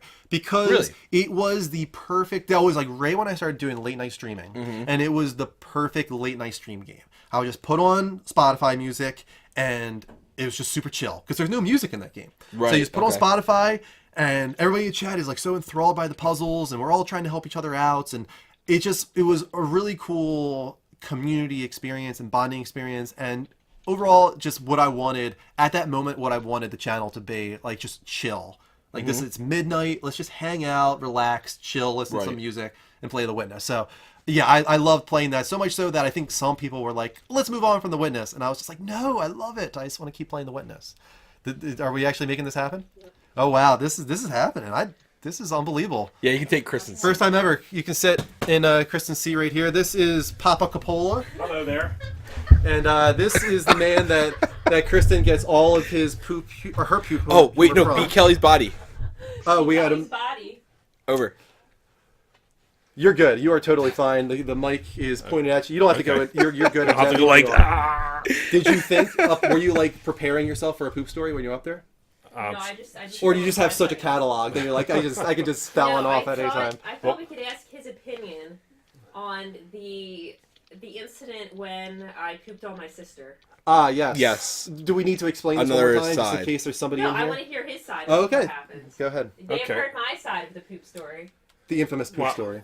Well, we were down Ocean City, staying at Kristen's grandparents' condo, and How old was I? 17. yeah, it wasn't that long ago. No, Oh my god. I don't remember the exact age. But Kristen and her sister Lauren, Lauren was on the toilet doing her business, and Kristen had to go. So I guess she figured I have to go, so I'm just going to push Lauren out of the way, even though she was already on the toilet. And Instead of just going on the floor in the trash can or in my pants. Anything, honestly, anything would have been better than what you did. so Lauren kind of resisted a little bit, and Kristen just kind of sat on top of her and expelled her feces all over Lauren. On her lap. And in her socks. And her Let's not forget in her socks. socks. While the youngest child was in the bathtub. Yes, and the other part of this is we were having her grandmother was having her sister and uncle come down, and just at the point when all this was happening, they're banging on the door. So poor grandma had to go in the bathroom and start cleaning up all this Diarrhea. nonsense while she was trying to delay the other people. Just absolutely absurd Oh my behavior. god. Do you honestly feel like that's like the worst of the worst? Is that or has there been? That's probably been the worst poop story. That's probably been the worst poop story. Is there any other? Diarrhea. In Yeah, stories no, yeah. There's the one with the infamous Rita's water ice story. Where I threw up projectile vomited water ice all over. It looked like Was that Lauren too? Yeah. Wow. Yeah. Targeting Lauren. We had bunk beds, and I projectile vomited red cherry water ice all down the bunk bed. It looked like a murder scene. It was red all over the walls, and Oh my god. Yeah, we had an interesting childhood, that's for sure. Someone wanted to know if you like cheese. No, absolutely He hate doesn't. cheese. Really? I don't know where that Is this comes true? from. Yeah, I'm That's not a bizarre. cheese I didn't know He this. doesn't Yeah. eat cheese. It's very weird. So is that like your mom kind of thing then? She doesn't really like cheese that much either. Her Oh, mom so- loves cheese. Okay, Yeah. it's There it settled. is. Okay, we figured it I out. get Yeah. the poop from The gene him pool. and the cheese from her. Yeah, no, I'm not Yeah. a cheese Poop person. from Also. him. See, I was hoping you were going to come down and tell a personal poop story. Oh, from himself. Yes, What? because I'm sure there's got to be at least one. my poop God. story from Yes, Deadpool. yes, there is. Do I know this? I don't even know if you know this Okay, for well, one let's time. hear it. All right, let's do it. As long as Andrew gets some money out of this. We already got staggered. We already got staggered. Yes, we know. We came down. Yes, Yeah, we're good. just We're good on We had that. awesome Baz. minions. Well, one time when I was working down in South Philly, I dropped my wife off at Bell, and I used to go. This is before we even had kids, and I used to get down Broad Street and go to my job, and I had to go to the bathroom so bad. I mean, I dropped her off, and it was like I thought I was going to just do it right in the car. So it turned out I pulled into a McDonald's, and there was an old Afro-American gentleman in the bathroom. And I'm banging on the stall like, let me in, I gotta go. So you pooped on his lap? No, You didn't get in there? What happened? no. So I didn't get in there, and he's like basically told me, "F you, I'll come out when I'm ready." So and actually, I just wound up going in my pants. In the Oh my car. god! Your pants? You would seriously crapped your pants? Yeah. what do you expect? Where else is he gonna go? In the sink? I remember another time you were helping someone move at a place, and you crawled under the fence. Oh yes. You crawled under the fence, the gate to the place, and we're all scratched up because you had a good diarrhea. Yeah, I had to leave the place and go find a gas station And to you go had to to. climb under the fence. It was like barbed wire. I got all Barbed caught wire, up and on. Miss Climb Mel under. thought your story was worth $5. Thank you so much. Yes! There you go. There you go. So you did make us some money. I Way do to like go, that as a Papa segment. Capola. Tips for shits. Every poop story That's starts good. Thank with you. Lauren. Does she have a poopy hat too? No, Lauren's the nicest girl in the Yes, whole she world. is. She's very sweet, Yeah, and she got crapped on a lot. Literally. literally and figuratively. Yeah. Right? Yeah. My cousin, when we were younger, pissed me off, and I can't remember what it was. I think he just did something that annoyed me. We in our backyard we had a long stretch of woods. You and- always talk about woods and stuff. It's with you in woods, Mike. Danielle said that too. What? You always talk about your childhood with the woods and the birds and the. Yeah, we were. I animals was and literally outside You're like- 80 or 90. Ask Pat. We were literally outside 80 or 90% of the time in A this because it was woodsman. He's a you go out in the backyard and we had a nice size, about your size, maybe Yeah. a little bit deeper. You've seen the backyard, Yeah. and we had a wooded area, and there was trees, and it was about the same length, if not more. And there was a creek that ran through, so we were there all the time. We were, frogs and fish and turtles and snakes and all that stuff. But anyway, How so does we were this back relate to there. Brad? How does this relate to It's you? coming. So we're It's going. He knows the story, I think. I'm not sure if I do. Keep going. But so we're walking through, and he did something that really pissed me off, and we're like decently down to where you can go back home, but you don't really want to at that point. He really had to poop, so he just decided to drop a deuce in the middle of the woods. Now, mind you, it's not like secluded. There are people around. I'm Yeah. surprised he did it in the first place, but because he pissed me off, I told him that a leaf was not poison ivy, and I didn't lie. It was just poison sumac, And he used it Oh, to wipe boy. his butt. and him use it. This to is wipe his why Mike doesn't have that many friends, guys. butt. My cousin still loves me. I just saw him the other day. I'd be really upset. That's not even. That's scary, man. That is That's scary. not even an accident. Well, oh, I got another one. Way to go. Thank you Okay, for the there you go. donation of $5 to Tobes. Totes, thank you. Ellie, you're beautiful and I love you.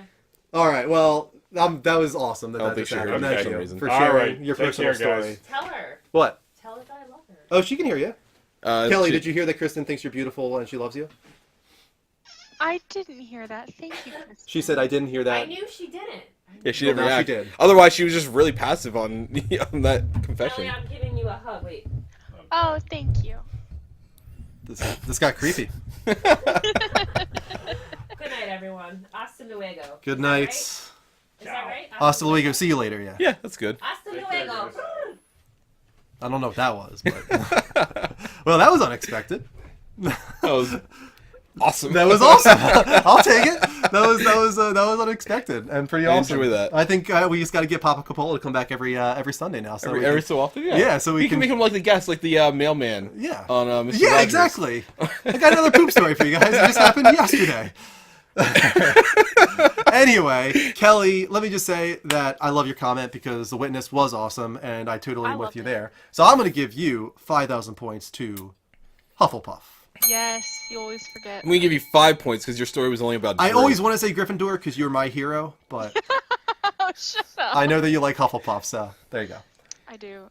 All right, next one is Estes Park 2014, who said, of the ones I've been able to watch, I'd say Persona 5 because it's fun to see 10 out of 10 voice acting. That's why I do it, guys. This is why I put on the show. This is why I make the show. 1,000,000 points to Estes Park. And 2 million to himself. Gryffindor. Gryffindor! All right, Hepman RX responded with, I like the Evil Within streams from Andrew and the Helldiver streams Mike used to do. That was so long ago. Was it? That was, well, that game I never came got to out, watch that. what, 2015? Probably, yeah. 2016, maybe? They were fun. That was They a were super entertaining. challenging game, right? Because my it had God. friendly fire. Yeah, it did, and it was all top-down. Like, do you remember anything about it? I remember that it was very well received, and Yeah. because of the friendly fire. That was the reason it was so well received, because Yeah. it involved that strategy of getting out of your friend's way, ducking, and getting below their fire. Some jerk-off kept calling in his drop ship right on top of my head. I'm not going to name who, but somebody else, some other person, kept dropping his ship on me and killing me. So that was always fun. I'm going to guess it was Johnny. Oh, what gave you that idea? I have no idea. No, that game was fun. It was a twin-stick shooter. If you guys haven't, or if you bought it, because I think PS Plus gave it to you for free a long time ago. So if you still have it, you should go and play it if you never did before. Heck, I might even go and play it with you. I might revisit that stream, that game again. And as for the Evil Within, I'm with you, because that was like, I think Resident Evil 7 was first, right? And then the Evil Within came into that. So that started this whole streak of me getting into horror streams for the first time. Something I never thought I would do, because I've never been that big a fan of horror games, because I would play them by myself. And it was always just a little too much for me. But streaming a horror game and sharing the fear with the viewers and having that backup emotionally and all that is very important. And it just elevates the gameplay experience and the stream as well to another level. So yes, I love horror games now, and I played Evil Within 2 because of how much I enjoyed my experience with Evil Within 1. So Hempman RX, another fine answer there. We're going to give 2,000 points to Hufflepuff, because he's Hempman, Hempman, right? I mean, come on. Hemp. Let's do it. Also, sorry to Team Fortress. We are never avoiding questions from the chat, but if we're like in the middle of conversation, it's hard for us to just sidestep and be like, oh, let me answer a question. Yeah, So, it just breaks the flow. here's what you guys do. If you really want questions answered, there's a dedicated segment for that. You have your XP for that reason. Go to streamlabs.com/thelevelupshow. You can use your XP to redeem what's called Ask a Question. It logs that question for us, and then on the spot comes up at the end of the show, and we will spend a moment to decisively answer your question. So make use of that, guys. It's something that is there every week, and you can make sure we hear your questions through that Those will redemption. guarantee you will get to. Yeah. We absolutely will. So if it's a legit question about a game or something you want to talk about, absolutely go do that. Yep. Have no problem. Moving talking on. about that. Moving on was Rick GFN21, who said Minecraft stream with Mike. Though it was very early on, before the network branding and using live from PlayStation, which, my God, that was so long ago. It does feel like so long ago. It's a big part of how we became close friends. I'd love to get back into that game with this larger, more consistent community. It could definitely end up being a fun weekly stream or YouTube series. I don't disagree. That was actually entertaining. I'll tell you right now. And another example of why you don't have many friends. Yeah. No, that's not true. Everybody else thought it was really entertaining. Just There's the only one person that was getting person that didn't tormented like by that. you No, during listen, that so stream. there was. I can't remember even if I streamed it or not. But my first entry, believe it or not, out of every game I've ever played, you know how you rank like your games, like this is this moment, this moment, this moment. Believe it or not, Minecraft ranks pretty high in that list of out of every game I've played. That's probably in the top 20 of like fun gaming experiences I had, because I had no idea what I was doing. I've only heard people talk of it, and so I jumped into this game. I had no idea what the hell to do, and I found a mountain and I carved a hole in it. And Dave Timmons, of all people, joined into my game and helped me out, and we made this house and everything like that. And then it grew into a point where somebody tried to invade the United States with some British attire, and I didn't want to stand for that, so I burned it all down and made it American. But And treated him like a Nazi. I didn't Let's do not anything forget that about part. that. Let's not forget that part. When did I do that? When did I do that? Well, guys, what? I really don't remember. Brad, that if you're part. here, I apologize No, you don't. for Mike's behavior. Don't do that. No, but I talk to get me. it. I get it. I get it. You It was get a it. fun time. But I would love to do that if I had more time to stream games. I would definitely do that as like a every week type thing. How much XP, Mike? Oh, to Rick, Or 2 points, I million. should say. 2 million To Gryffindor. to Gryffindor. It's like the only one that mentions me. No, that's not true. You got the Hell Divers. You got Hell Divers, like hey. All right, Hey, the Clonius. you did. Don't you lie. I did. The Clonius game says with Andrew, definitely the Evil Within 2, because I could tell right from the beginning he was super engaged into the game, as he had just gotten done playing the first one, and was excited for the sequel, and to see if it could match what the first game did, and also the artsy-fartsy guy. Yeah. There's that. The meme maniac is what we called him. With guys. Mike, it's tougher because I didn't watch a whole lot of what he played, but from what he played of it, Call of Duty World War II. P.S. I'm also enjoying seeing Drew play Persona 5 and going waifu hunting. Thank you. Waifu? We got to get that gif of Luke Skywalker brushing his shoulder off. Yeah, that's a really good one. Please. Someone get on that. Somebody redeem that gif, please. Yes. Thank you. Good, Jeez, what's very going on fine with the vault? response there from Diclonius Games. Yes, As it I is. already said, Evil Within and Evil Within 2 have been some of my favorite streams, and I'm really enjoying the horror genre now as a result. So, Very well thought out. 1,000,000 points to Ravenclaw. 1,000,000 points to Ravenclaw. Nate Dog 24 said my favorite was when Drew was playing Cuphead, and the why is because it's cool and how he does the voiceover.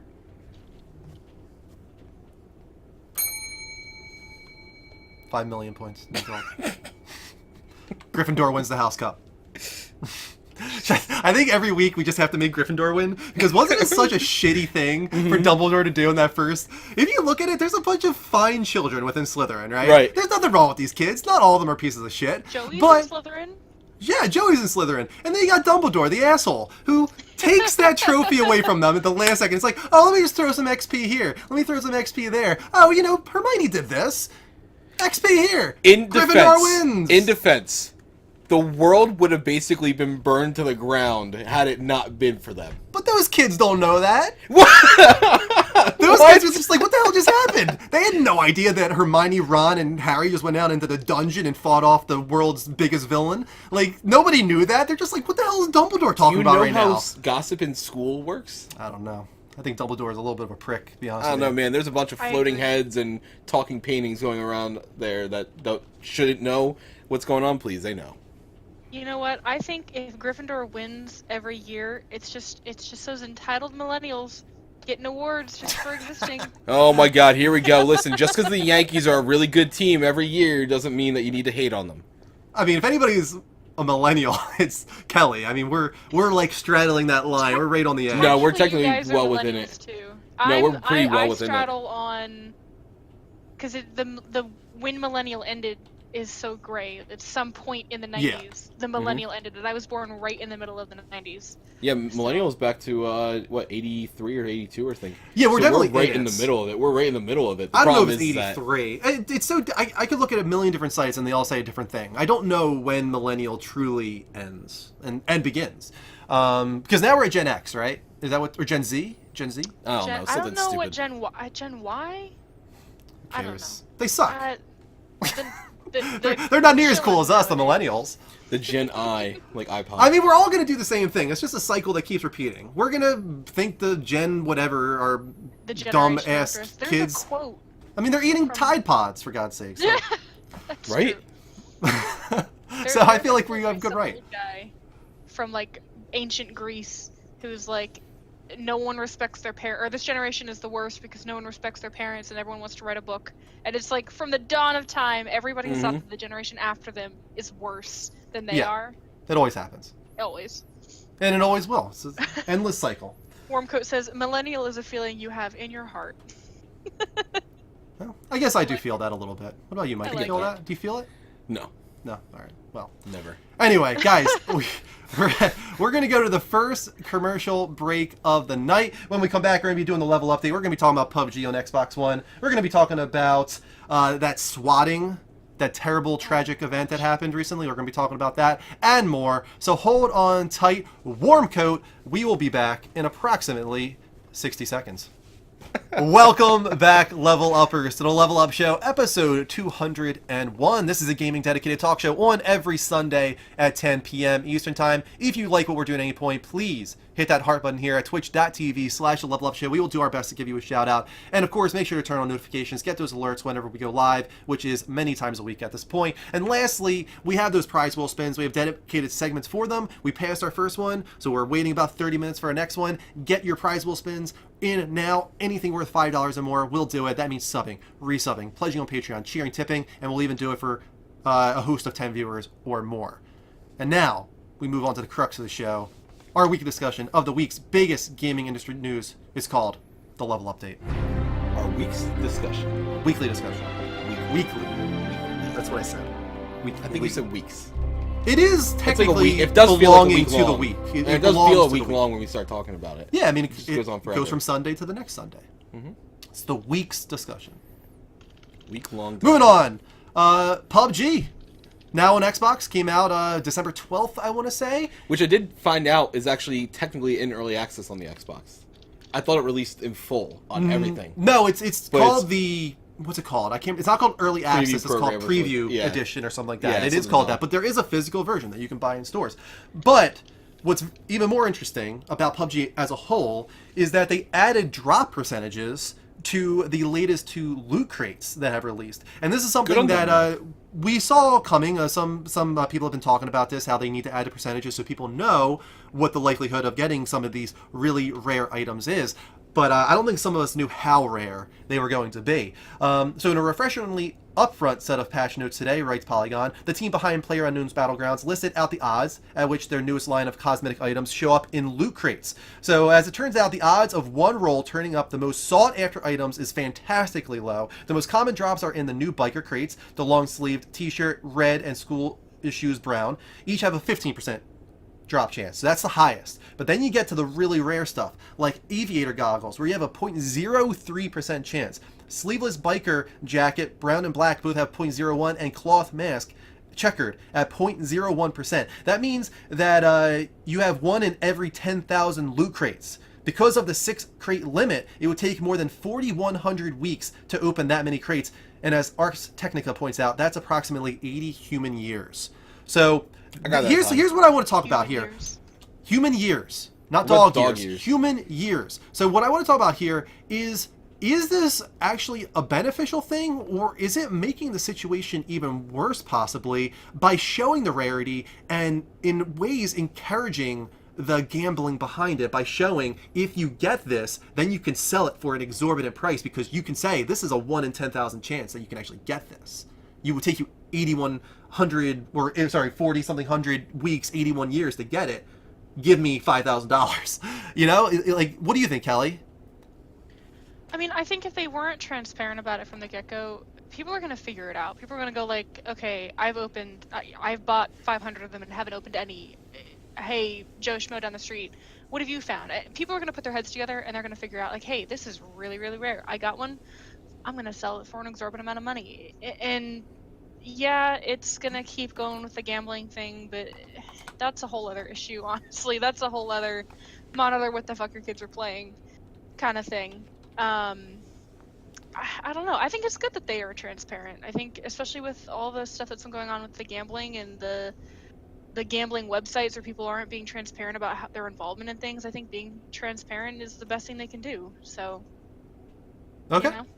We have a poll active in the chat for you guys, simply asking, do you think it's better or worse, or does it make a difference at all to you? And people are getting in on that now. What do you think, Mike? So, I think this is a good time to say I'm going to start taking a different take on things. Last year I was very vocal about being very against certain publishers and everything like that, and rightfully so, where it needs to be. I think this is a good move, and honestly, let's weed out the dummies. I'm tired of playing, let's help the, quote unquote victim when the victim is willingly choosing to venture into this. And in this case, the victim being somebody that loses a bunch of money buying a digital item that they physically don't have. If you're dumb enough to waste your own physical money, that much money on it, to where you'd be willing to pay that much money to gamble for these things, that sucks, dude. Yeah. And I don't have any problem to see you go poor. That is not anything that you should ever feel comfortable doing. You should know the difference. You should know better. You should know when to stop. And if you don't, you need to find how to get the help that you need. Because I have never in my life had any desire, like, we constantly say, we made jokes about it the other week, when I made fun of, Johnny and Rick and stuff like that, here and there for, spending money on these things. And that's, listen, that's fine. Danny does it. I got her Roblox credits for Christmas, and she bought this, an outfit with the credits and this and that, and she loves it and she has fun. I've never had an issue with it myself. I never cared about it. And I don't understand why developers need to feel uncomfortable by putting that into the games like that if people are going to spend a ridiculous amount of money. If it was as a, this is the only thing, like if it gave you an advantage in the game, or if and by having those minimal chances, that was the only way to get it, to get that advantage, that would be an issue. It's cosmetic. Congratulations, you have now spent $3,000 trying to get a cloth mask checkered. I hope you feel good about yourself. I'm sure the person that sold it feels really good. I'm sure they do, and good on them. Smart on them. Yeah. For the fucking schmucks. Yeah. It's so stupid. I was a little surprised to see that nobody voted better. It was all either worse or doesn't make a difference. I think it was 25% worse, and the rest was that it just doesn't make a difference to you. So I think it's interesting. I think it's better in ways and worse in ways. I think the transparency makes sense, and I understand completely why they would do it. I think it's needed. But I do think that in some ways it might actually encourage the gambling even more. Oh, it definitely will. So I wonder if there's a better way to do this, and I'm sure over time we'll figure that out, and this thing will evolve and grow and change. So thank you for voting. Go ahead. On that. I don't know, well, because I haven't played PUBG a whole ton. I play Fortnite more, but the things that you get, is there any way to sell them for actual real life money? They're not enclosed 6 months, in some baby. digital marketplace? They're real life money for these things? Well, Like, could you sell it to me? well, okay. Well, so to give an example, when I was dating my last boyfriend, he was really into CS:GO. Like, he would buy the keys and buy the loot boxes, and he once opened this really, really fancy knife that on, you couldn't actually sell it.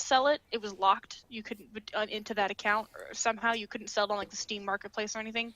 But you could sell it for keys, and it was worth equivalent to $8,000 worth of keys. So he had an $8,000 knife, but he couldn't actually get the $8,000. Do you know what I mean? So it was worth some amount of money that he couldn't actually access because it wasn't an actual real life exchangeable item. So is that working the same way in PUBG, where it's worth some amount of money equivalent to some sort of token, but you can't actually receive that money because there's no way to get rid of it or no way to transfer it or anything like that? Or is it, I could sell you this coat, Mike, and then you could give me $50 through PayPal or something? I'm pretty sure you can use real world. I'm pretty sure all of it happens through the Steam marketplace, right? And I'm pretty sure that it's real world money that you can receive. It's not just like a in-game currency or something like that.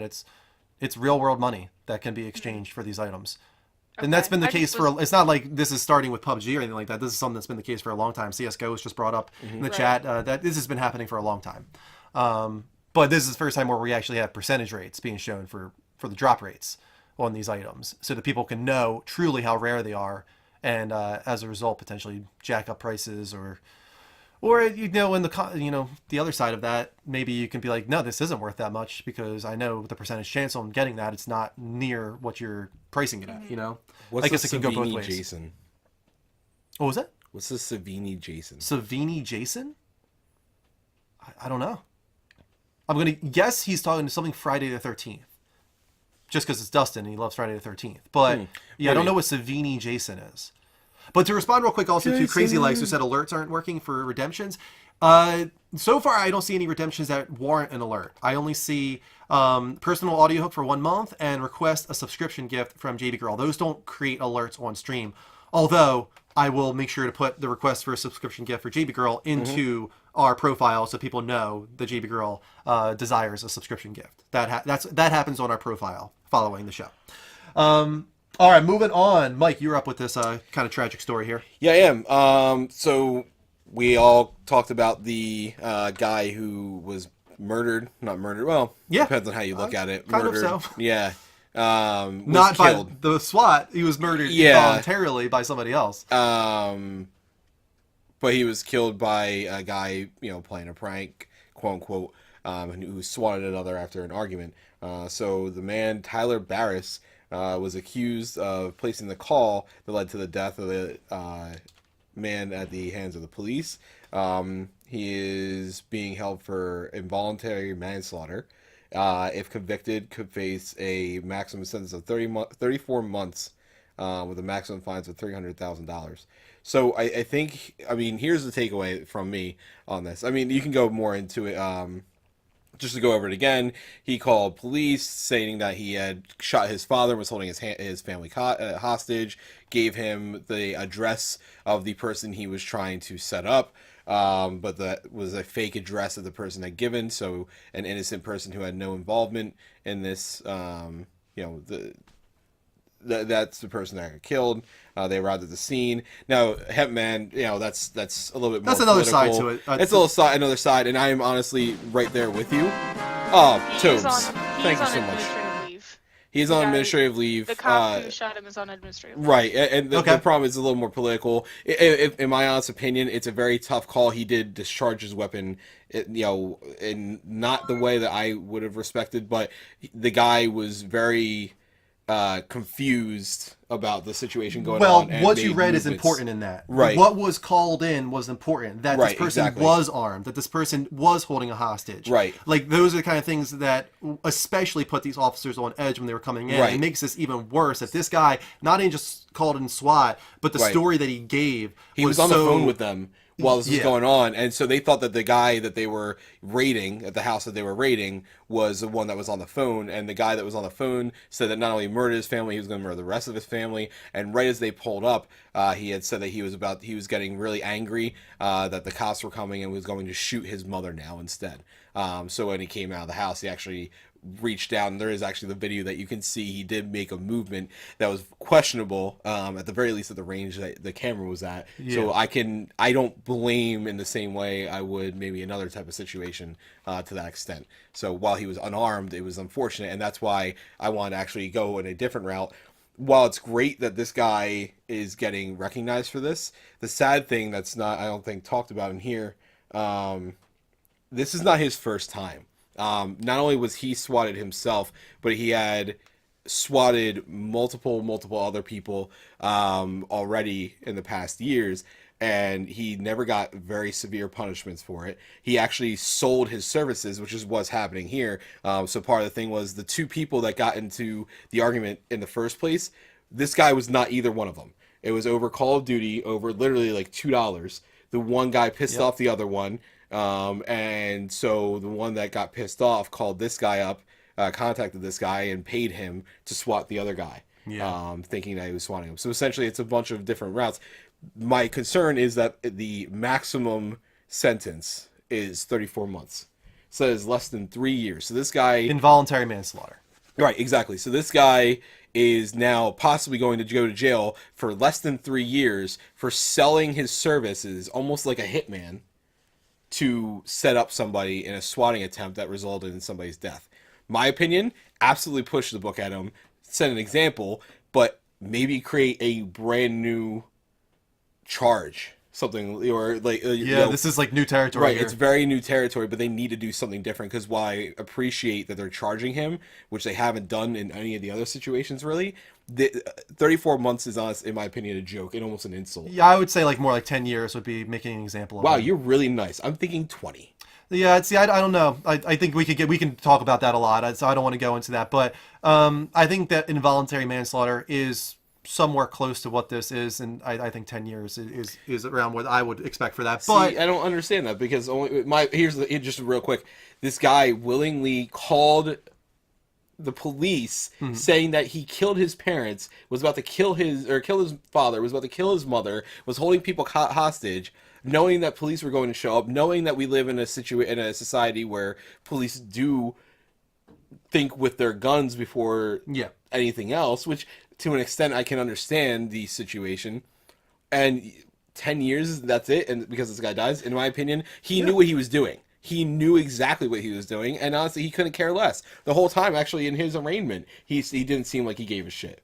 He is so disassociated from... Well, yeah, those kind of things, of course, can affect sentences. You know, right. It does matter the remorse that person should show. And yeah, I mean, if he's looking like what you're saying, then yeah, maybe you're making a bigger example out of him. I'm just speaking from, I mean, you can't call it direct murder. It's not. And you can't even call it like a premeditated thing from him. Like he never, as far as we know, I mean, he never intended for anybody to die. So therefore...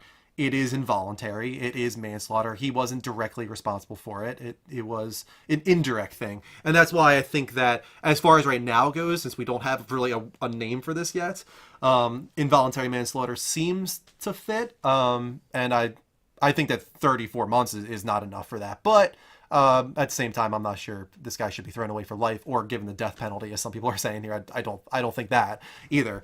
This is tragic because it's not even the man that was playing Call of Duty that was killed. It was an entirely innocent party, which makes this even worse. It's already bad enough, but to have this guy just answering his door, like completely oblivious, no idea what's going on. I can't even imagine. That's just, I was watching the video that I was playing there. I was watching it last night when I was putting together a stream, and I'd never actually watched a SWAT before. Oh, really? No. And I can't even explain to you the feelings I felt. Honestly, I was terrified. It was terror. The thought of that ever happening to me immediately crossed my mind. The thought of my daughter sleeping upstairs and SWAT breaking in and all of the possible scenarios that could play out, things that could go wrong. And I just immediately felt this sense of terror. I don't understand how anybody could ever think this is humorous in any way. I would never have watched a video of that happening live, no matter what. I never would have watched a video like that and thought anything but this is terrifying. So I don't get it. I do not get it one little bit. Just like Tide Pods. I don't get it one bit. Doesn't make sense to me. So at least this guy's getting something. It's probably not enough. I agree with you there. It's not enough, but at least it's something. And hopefully we see more examples being made out of these situations. People need to be afraid of doing these things. Yeah. They need to be afraid, very afraid. And I'm not sure 34 months is going to make people not afraid. It's not enough. But anyway, Kelly, please, you are up with this next story, which is let's go in an uplifting direction now. Yes, very uplifting. So the publisher of Axiom Verge is donating 75% of their revenue to the healthcare for the developer's son. Tom Happ writes on the Axiom Verge blog, Axiom Verge is out on the Switch, both retail and digital. Publishing duties are being handled by Badland Games, and they're doing something very special for Tom Happ. Happ explains the entire situation. Before I'd go, and this is a quote by Tom, before I'd go, I'd like to just take a moment and give a special shout out to the publisher Badland Games. As you may have seen elsewhere on my blog and Twitter, I've tried to be pretty open about my son Alistair's health situation. In short, he was born healthy, but the doctors failed to treat a routine case of jaundice during a critical period when he was just days old. Oh, that sucks. The result was a lifelong condition called Andrew, what are you doing to me? Kernicterus. You nailed it. Kernicterus. That is characterized by severe neurological damage which robbed Alistair of much of his motor control and hearing. The reason I mention this is that after we decided to move forward with Badland Games as the publisher, they offered to donate 75% of their share to a special fund dedicated to Alistair's ongoing healthcare costs. They didn't want to publicize it since none of us wanted to be seen as trying to use my son's suffering as a marketing tool for the game. I hope this doesn't come off that way. I just wanted to thank them for their generosity in offering that up, since it was definitely something they didn't have to do. It's a pretty stand-up thing for Badland to do, and even cooler that they didn't want to put the info out there themselves. If you had plans on picking up the game, now you know where a big chunk of the revenue is going, and I'd say it's a pretty fantastic cause. I mean, to anybody that doesn't know, we had Tom Happ on the show. Really cool guy. It was the first episode in the new studio. That was our very first episode here, and he was our special guest. And we were honestly blown away that he would come on because he was friends with Mike Amerson, and Mike Amerson connected us with him, and we were like on cloud nine. We're like, holy crap, we're talking to the developer of an indie title that looks awesome, and he's the solo developer of it. He did pretty much this entire game himself, and as Rick said in the chat, it's an awesome game. On top of that, got a lot of recognition as being an awesome game. So to see this, I didn't know about this situation with his son, but to see this and know that the developer is helping him out, I just thought it was awesome. Just an awesome story. And yeah, absolutely. And I hope that it helps. I really hope it does. Yeah, I do too. And it's one of those things where I'm trying to always find a game on sale. And I've been actually waiting for this, and I almost bought it the other day when it was $10. I actually think now I'm going to go and buy it for full 20. because I think that's one. There you go. Yeah, now's the time, guys. Yeah, pick it up. And 75% of that is helping out Tom Happen and the coverage of the costs on medical for his child, which is amazing. I just want to give a quick shout. I forgot to Topes with the sub gift. I was talking about JB Girl requesting a sub gift. No longer needed, right? No longer need to put that on the profile at all because Tobes has satisfied that, as he has done many, many times. Tobes, you're unbelievable, man, with the constant sub gifts pretty much every day at this point, I feel. And we'll get 2 wheel spins for that, one for Tobes and one for JB Girl during our wheel spin segment coming up. We've got one more story that I added at the last minute because it just came out today, I believe, about Quantic Dream. Unfortunately, just more and more bad news circulating within all industries of entertainment, not just the film industry, not just Hollywood, but also a bad day. the gaming industry. I mean, I don't even want to go into the other ones we saw today that are also very depressing. But current and former employees of Quantic Dream are denouncing working conditions at the studio. Says here, beyond success, the reality is less growing. Quantic Dream, a Parisian creative studio specialized in cinematographic, I guess is how you would say that, adventure games, is described by about 15 current and former employees interviewed by Le Monde as a company characterized by a toxic corporate culture, a management with inappropriate words and behaviors, under-considered employees, overwhelming workload, and dubious contractual practices. That's a mouthful there of bad shit. Some employees denounce racist and homophobic jokes inside the teams or even inside the top management. One of them describes a scene where, after watching a video of a recorded robbery, David Cage jokingly asked an employee from Tunisia, "Is this a cousin of yours?" David Cage responded, "You want to talk homophobia? We work with Ellen Page, who is fighting for LGBT rights. You want to talk racism? We are working with Jesse Williams on civil rights in the USA. Judge my work," end quote. That is, I'm going to stop right there. That is such a tone-deaf response. Unbelievably tone-deaf. But even worse so, I'm not at all surprised that came from David Cage. And I've kind of said this before in not direct words, that I don't really like the man. I think that he's incredibly pretentious. Yeah, he's extremely pompous every time you see him. And he's always rubbed me the wrong way. But a response like this is pretty much saying, I'm not racist. I have black employees here. Right. I have black friends. I have black employees. That doesn't make you not racist. I'm not racist. I've hired a lot of black men to work at my casinos. I can't stand that response. It's like the worst response. All right, moving on. Another higher up, Guillaume Jupin de Fadamoué. I'm sorry, I can't speak French. I apologize. I tried my best. Guillaume Jupin de Fondemier. Fondue is described as someone imbued with his power and borderline with women, uncomfortable kisses, inappropriate words. He has been accused of flirting with insistence, asking women to drink to content of his personal bottles. David Cage, this is really creepy. I don't know if it should be, but it is. David Cage is nicknamed Daddy, ironically.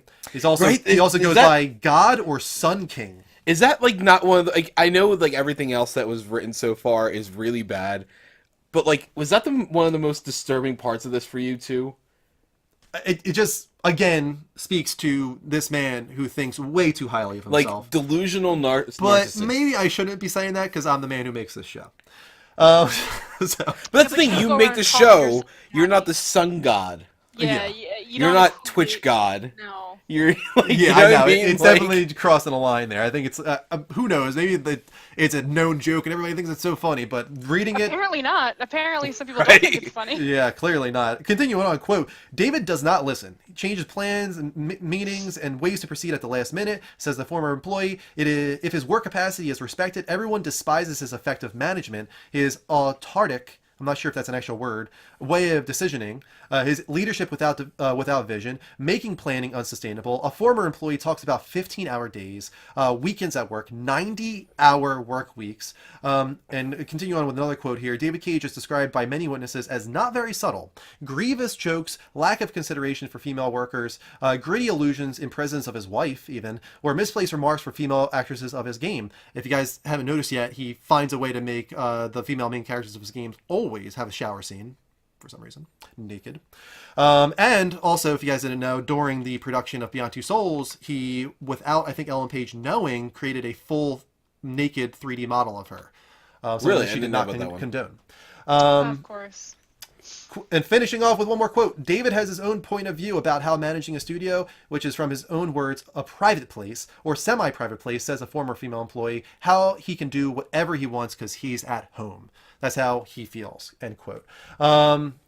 So we got to put a poll in for you guys, of course. First off, does a story like this, a new story like this, affect your decision making when purchasing the game? We'll start with you, Kelly. Were you ever interested in this game to begin with?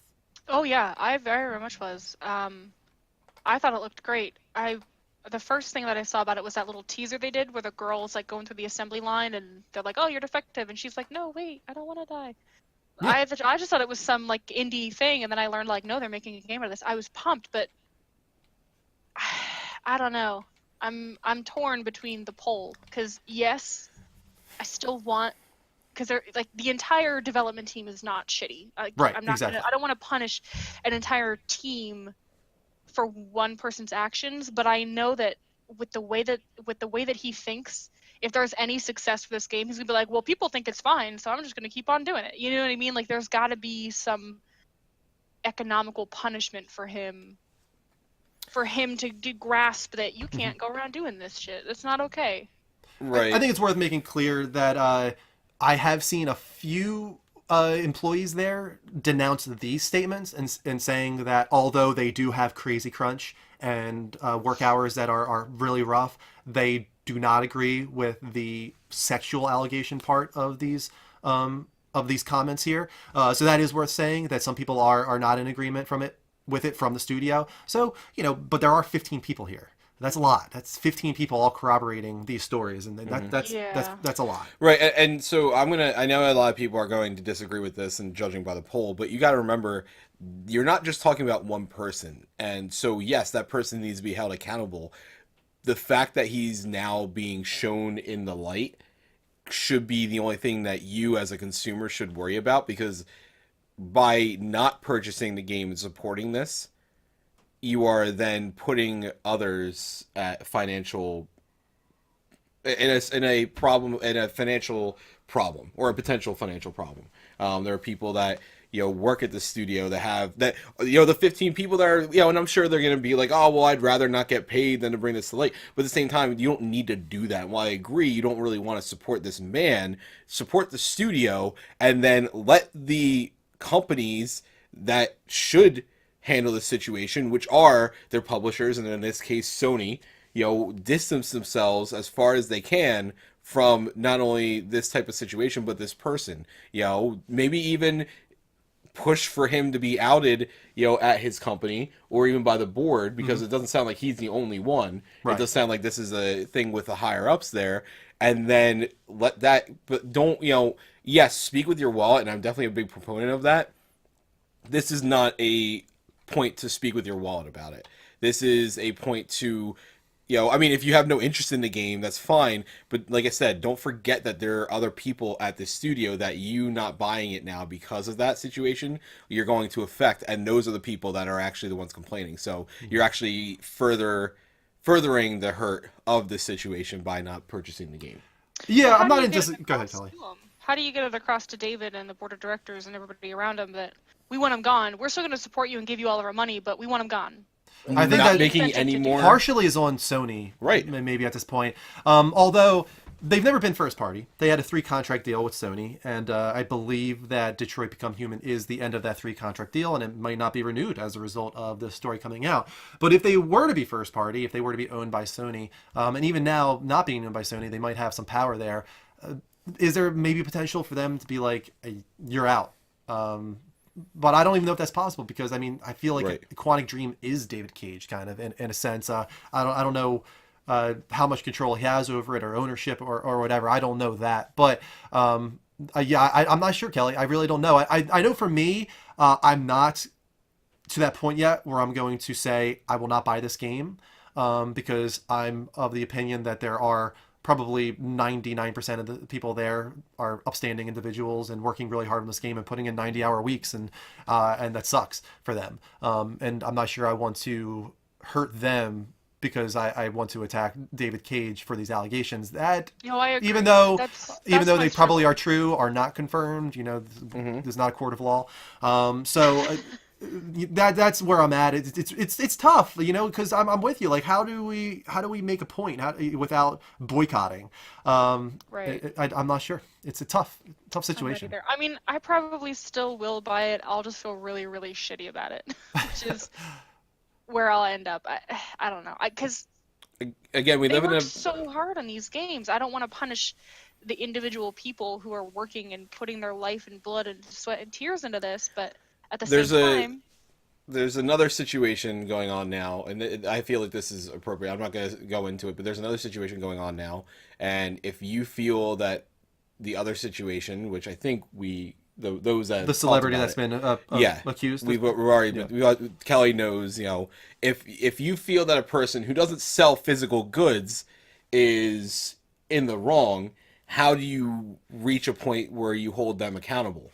Clearly, we see that the answer is Twitter and social media. Yeah. So that is how you hold them accountable. Again, that's true. the other I didn't think about studio, that aspect you know of what I it. mean? Like, we're not in this whole, it's not 1990 where, you have to call your senator to get your point across. It is 2018 where you have various forms of social media to denounce a single person and hold them accountable to where your voice is going to be heard by all of them. You have a way to not only yell at that person directly, but yell at that person and mention other companies so that they get tied into this as well at the same time. So if you want something to happen like that, you say David Cage is a disgusting pig and I will never purchase any of his products at David Cage, at Sony, at whoever, and make sure that these people know. Make your voice heard, yeah. You know what I mean? Like, it's not just speak with your wallet anymore. It's speak with various forms of influence.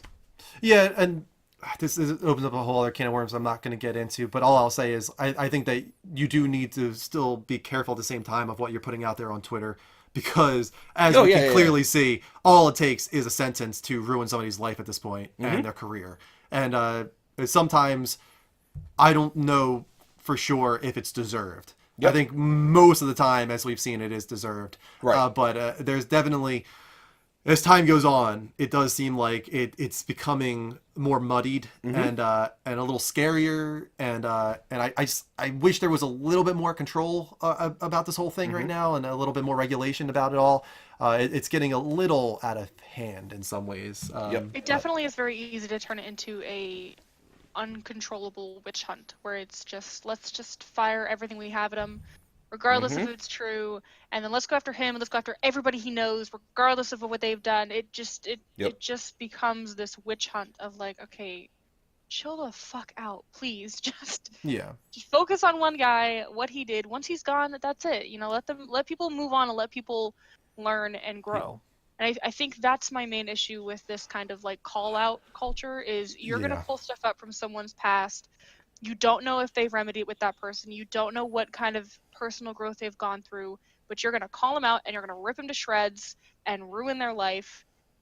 It just, that's my only problem with the add them on Twitter and do this and, oh, they did this. And it's like, let people learn, let people grow, let people change. And it's really, really hard to do that when you're just firing. Yeah, we're not in control of that. Avenue. In the end, it's a money-making machine, and saying on Twitter that this person did this or that, their employer or whatever, whether it be a film production company, whatever, they're going to get rid of them because they are now a liability. It's as simple as that. And that's why all it takes is saying this person did this. And even if it was something as simple as, a touch on the shoulder or a stolen kiss, like that might be enough at this point. It's gotten to that point where I'm not sure where to draw the line. Like what's so unacceptable that it results in your career ending, and what is like, okay, can this person make penance for this and still survive in his career or her career? It's becoming very muddied, as I said. So I think it's something, as we talked about earlier, that's going to grow and evolve, and we need to figure it out because this is unlike anything we've ever seen. This movement is unlike anything we've ever seen. So, and it's important for good and bad reasons. For good and bad, mostly good. Right? Yeah. Then let me rephrase that. For the majority of it, for good reasons. Yeah. But again, for those specific, very few one-off cases, for bad reasons. Yeah. Moving on. You guys voted in the poll mostly that you will still support Detroit Become Human and buy the game, and you guys are welcome, of course, that opinion. I think that it's important to say, like, you are welcome to do with your dollar whatever you want to do. If you don't think this is a bad thing and you still want to buy it, like, that's totally up to you. Yeah, I mean, speak with your dollar. And we're going to move on to our second wheel spin segment of the night. We actually got a bunch of stuff in here. Miss Mel with that $5 tip for the poops. We got Tobes with the $5 tip for the poops. And then Age Leak with the $5 resub. Tobes with the gift to JB Girl. All unbelievable support. You guys all deserve your wheel spins. Let's start off with Miss Mel. Really appreciate that. Where am I on the right one? There.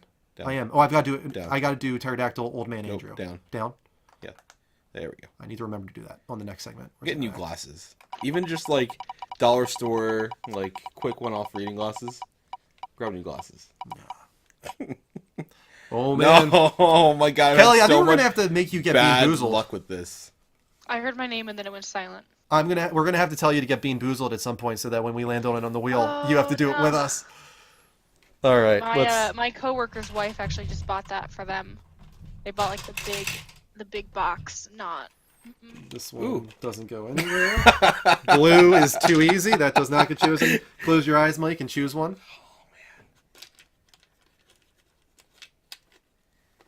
man. And I will do it as well. All right. So I've got.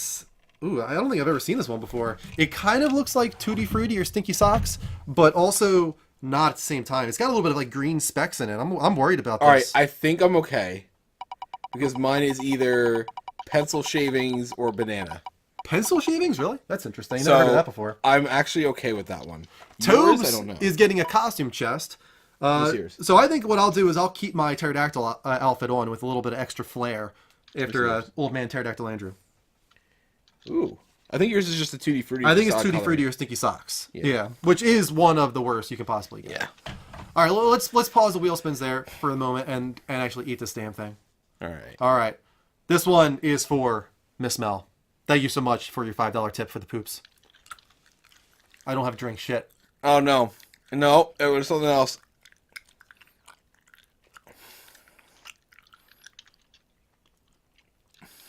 Oh my god. I think I'm okay. It's Tutti Frutti. I think. There's like the tiniest essence of Stinky Socks. But it's so minor. It's almost like they couldn't figure out what they wanted to do here. But it's like 95% Tutti Frutti. There's just the tiniest bit of Stinky Socks. Maybe it's just residual from the box or the maybe gumball machine. What are you doing? I can't look at your mouth right now. I can't. I just can't. I don't know. What is it? My mouth. I don't know. I thought it was something weird. Then it started tasting like pencil shavings.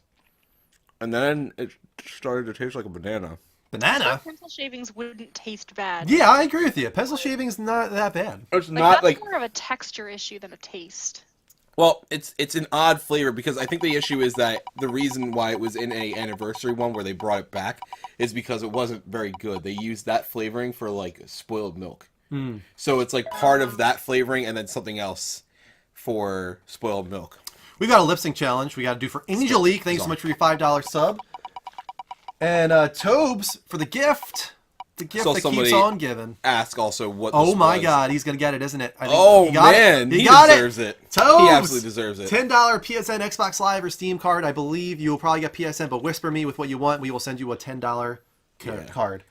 And JB Girl, the receiver of that gift. Ask and you shall receive, apparently. Yeah, pretty much.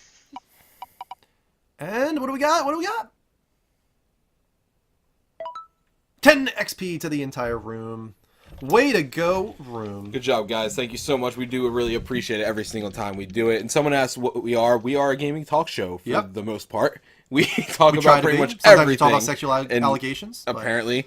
Poop is a common recurring theme, it seems like, from certain ones of us. Yeah. But we talk mostly gaming news, pop culture news, like movies and stuff like that. Yeah, of course. And then topics of the week. And we've got 59 people in the room right now. Can we get up into the 60s? And can we get up into the 70s? We still got some time left in the show. Share the show, guys. Twitter, Twitch, Facebook, wherever you can. Let's see if we can get to 70. Speaking about 60s and 70s, how the hell did it go from warm the other day to like Oh my god. bitchin' ass cold again. Bitchin' ass cold. Like I walked out of the house and didn't need a jacket, and I came out and I walked back inside after work. Was like, I need to figure out what I'm gonna do, and bought a new coat. Yeah. It's a bit nipply out there. I like that actually. Bitchin' ass cold. Bitchin' ass cold. I'm gonna Bitchin' use asshole. that. Thanks, I like it. Guys, we're going to go to the second commercial break of the night. Who do we got in the chat here? Hold on tight. Strife Girl, LP. We'll be back in approximately 60 seconds. Welcome back, Level Uppers, to the Level Up Show, episode 201. This is a gaming dedicated talk show on every Sunday at 10 p.m. Eastern Time. If you like what we're doing at any point, hit that heart button here at twitch.tv/a-level-up-show. We will do our best to give you a shout out. If not, always make sure to turn on those notifications so you get alerts when we go live. That way, you will know when we're on all 5-6 days of the week, whenever that is. Check out our schedule. It's on our Twitch profile. Of course, the prize wheel is active. We do it on dedicated prize wheel segments. We're 30 minutes away from the next one approximately. Review guys already in there. All you gotta do is something like subbing, resubbing, pledging on Patreon, cheering, tipping, hosting for 10 viewers or more. If it's $5 or more that you are putting out, you're gonna get a wheel spin from it. That's all you need to know. That bean left a really weird aftertaste in my mouth. Oh yeah? I'm not a fan. No? No, it's not Pencil terrible, shavings? Pencil but shavings it's like won't do it that. for you? Like, you know, like, did you ever get like a prick somewhere? A And it was prick just- somewhere? A prick. Yeah, I've got a prick somewhere, yeah. I believe that. Thank you. But you know what I mean? Where it's just, it doesn't hurt, but it's just like it's bugging you a little bit. You know what I mean? Sure. You have no idea what I'm talking about? I don't know if I would call it a prick, but yes. Sure, a pain Okay. in my ass. Yeah. Yeah. I believe In you the have a buttocks. prick in your ass. In the buttocks. I believe that very well. Oh, we got a follow. There's one. Who we got? We got a follow from Minimalist Animal. Animal. All right. Appreciate that follow. Thank you so much. Really appreciate it. All right, we're going to move on to the second part of the level updates. You know what? Let's get that pterodactyl old man Andrew out of the way. Yes, let's get that And done. and then he can come back and take on this first story. All right. And then terrified. and then I'll stay in costume too because There's I a lot of also people in costume. here that have never watched the show before. Guys, I apologize. Headphone users, turn your shit down. Turn your Because shit My down? clip ready. My shit or your no, shit? their shit. Their shit. Yeah, headphone users. Oh. I said turn their shit down. Oh, they're fine. The mics aren't even facing me. Yeah, you said that They're before. good.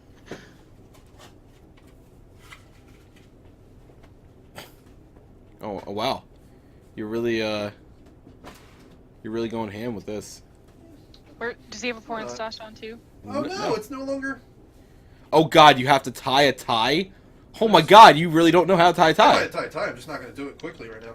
I'm just knotting it on. That's a square knot. You Whatever. wrap It's on, over, it's tight. over, Oh tuck, my God. fold. All right. Oh my God, no house. Lower mic. Pterodactyl. Did he put a square knot in his tie? Yeah, he did. Sadly, that's not the most disgusting part of this whole thing, but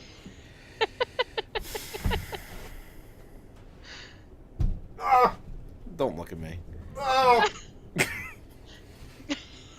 Don't even be in the same room as me. No Get house. outta Salt here. Talk shows. Here I am. I am sorry about that.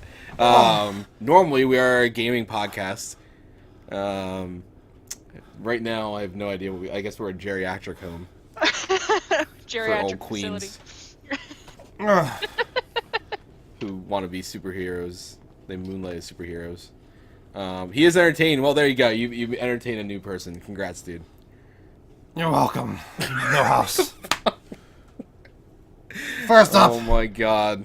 in this second part of the Why level are you the updates. one reading this? Can you read the less interesting one? In that voice? This is actually a good story. You're going to ruin it. There's a lot of good news in this story here. God. Nintendo Direct Mini happened this week. And first off, a lot of people are very excited about The World Ends With You coming to Nintendo Switch. Which is so bizarre because I really tried to get into it on the DS when it came out. And for some reason I couldn't. I just might have been not... Yeah, I might not have been in the mindset for it or whatever the reason was. I never actually got into it. So I might grab it for this.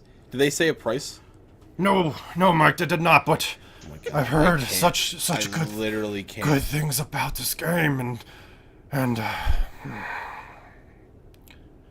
really excited about it, Mike. God, I hate you so much. Oh yeah, Mel makes a good point. The voice works with the Batman mask. You sound think more that was like the Batman intent. and less like old man. Totally planned that out. No, really, seriously though. There's like a huge cult following for this game, and Yeah. like they are really excited. So Yeah, for no, them. I'm actually really looking forward to it. really excited so. for them too, and maybe I'll try it out. Actually, we'll see. There's a new Pokemon coming to Pokemon Tournament DX. Mimikyu! Mimikyu! Is that one that like puts on the costume and makes itself look like that Pikachu-looking Because character? it's too terrifying and nobody likes it. Yeah, I think it's pretty adorable actually myself. So. After that, Hyrule. No, sorry. Kirby Star Allies. What do you think of that one, Mike? I don't care. No? I actually don't. I would love to, but I don't. I think it looks pretty awesome myself. Never played it, but it looks pretty awesome. And coming to Nintendo Switch now. A lot of this is ports. A lot of ports coming to Nintendo Switch, which honestly I think is a good thing because nobody played them on the Wii U, let's be honest. After that, Hyrule Warriors Ultimate coming to Nintendo Switch. And I don't know if I care about this, but I feel like I should. there are people who care, though. There are people No, who they are. care. It looks interesting. I just don't know if it would be enough for me to want to buy. You know? Like, it looks like it could be fun. You can buy it and I'll just borrow it from you. Mario Tennis Aces. This actually got me really excited. I'm actually really into this, and I definitely would do this hard. I've got hardcore nostalgia stuff going on in my head for this game on N64. No, sorry. Yes, N64. My favorite, believe it or not, my favorite Mario Tennis thing was actually for Virtual Boy. Explain. Elaborate. There was a Mario Tennis for Virtual Boy, and I really liked it. All right. That's all I needed to know. Wise 8. Is that how you say it? Or is it ease? Wise? Yes? Yes? How do you say that, Mike? East. Ease 8. Coming to Nintendo Switch. Like Another so many one other that has a games. huge following that I don't know if I'll ever be able to get into at this point. Super Mario Odyssey. I'm waiting. Free update coming. Includes Luigi's Balloon World. Was that the only thing that was announced for it? Like, that's the only thing that's confirmed to come to it with the update? Is that the balloons are I coming? believe all we know. All right. Do you care about that? I haven't finished the regular game yet, so no. I thought you did. No. Well, no, like the full game. I haven't finished the full game. I finished the story. I know Bowser and Mario are bros now. That's about it. They're not really bros. They're bros, dude. They're bros. I can't. They're totally bros. Fighting So over what the else do you same need to chick. do? That's all they are. But this looks pretty cool, actually. It looks interesting. SNK, Heroines Tag Team. I got nothing to say about you. Heroines. Heroines. Got nothing to say about you. Heroines, Kelly. Just keep on tagging that team. Mario Rabbids, new character coming. Mixed opportunity, because why not be Rayman? This makes no sense. Why Donkey Kong? Where's Rayman? Why Rayman? Because it's fucking Mario Rabbids. Maybe he's coming later, but why the fuck Rayman now? Because it's Mario Rabbids. Where the hell is Rayman? Donkey Kong is more important to that one. Got nothing to say to me now. You're the worst. Payday 2 coming to Switch. Cool. Donkey Kong. Country. Exclusive character releasing first on the Switch before it releases to the rest of Payday 2, and it's a Nintendo-themed hacker. Tropical Freeze. Donkey Kong Country. Coming to Nintendo Switch. Very excited for that. That is Skipped it awesome. on the original, or on the Wii U, I should say, and I regret it. So now I'm very happy that I'm going to get the chance to play it again. Yeah, buddy. Yeah. Yeah, buddy. Yeah. Awesome. And the biggest announcement of the conference, although I don't really know why it is because it's coming out on everything. Dark Souls Remastered is coming to Nintendo Switch. So the funny thing about this, I'm debating grabbing it, and I think I'm concerned about grabbing it because one of the appeals that I do like about my Switch is the ability to play it wherever. I use it portable far more than I ever thought I would. But I do have to say I'm concerned because for the same reason I told Danielle she's not... knowing how frustrated she gets with Mario, which, by the way, Danielle has actually beaten Mario Galaxy, which is actually really cool because it's the first game she's beaten, let alone played, in the longest time. Good for her. But she's not allowed to play certain levels in portable mode. because I'm afraid what she will do. Dirty Habanero, thank you. That was really cool of you. I'm afraid of what she'll do to it, and it's the same way with this. I don't know if I want to get Dark Souls on the Switch, just because I don't want to have the possibility of breaking my system, because knowing how I get with things, like, I'll squeeze my PS4 controller when I get really frustrated with things. I don't want to do that with my Switch. So, yeah. No, don't do it then, Mike. Swear it. Hey, I have a Swear to me! Swear to me! I have a question for you, Drew. Yes, go ahead, Kelly. How many heroines do you think Mario rescues in 80 human? I'd say maybe 15 grams. In 80 human 15 years? grams? In 80 human years. No, sorry, dog years. Dog years. 15 grams in 80 dog years. Is how many heroines. Heroines. Heroines. Heroines? I said it right the first time. No, you said it right. You said heroines. It's heroin. I said It's it wrong. heroines. I said it right every It time. sounds like the drug, yeah, heroin. You don't know what you're talking about. Martha! Why did you say that name?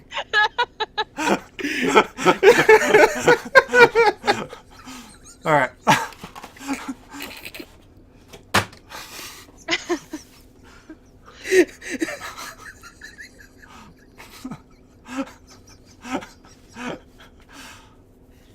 Figured I'd throw that in at the end there.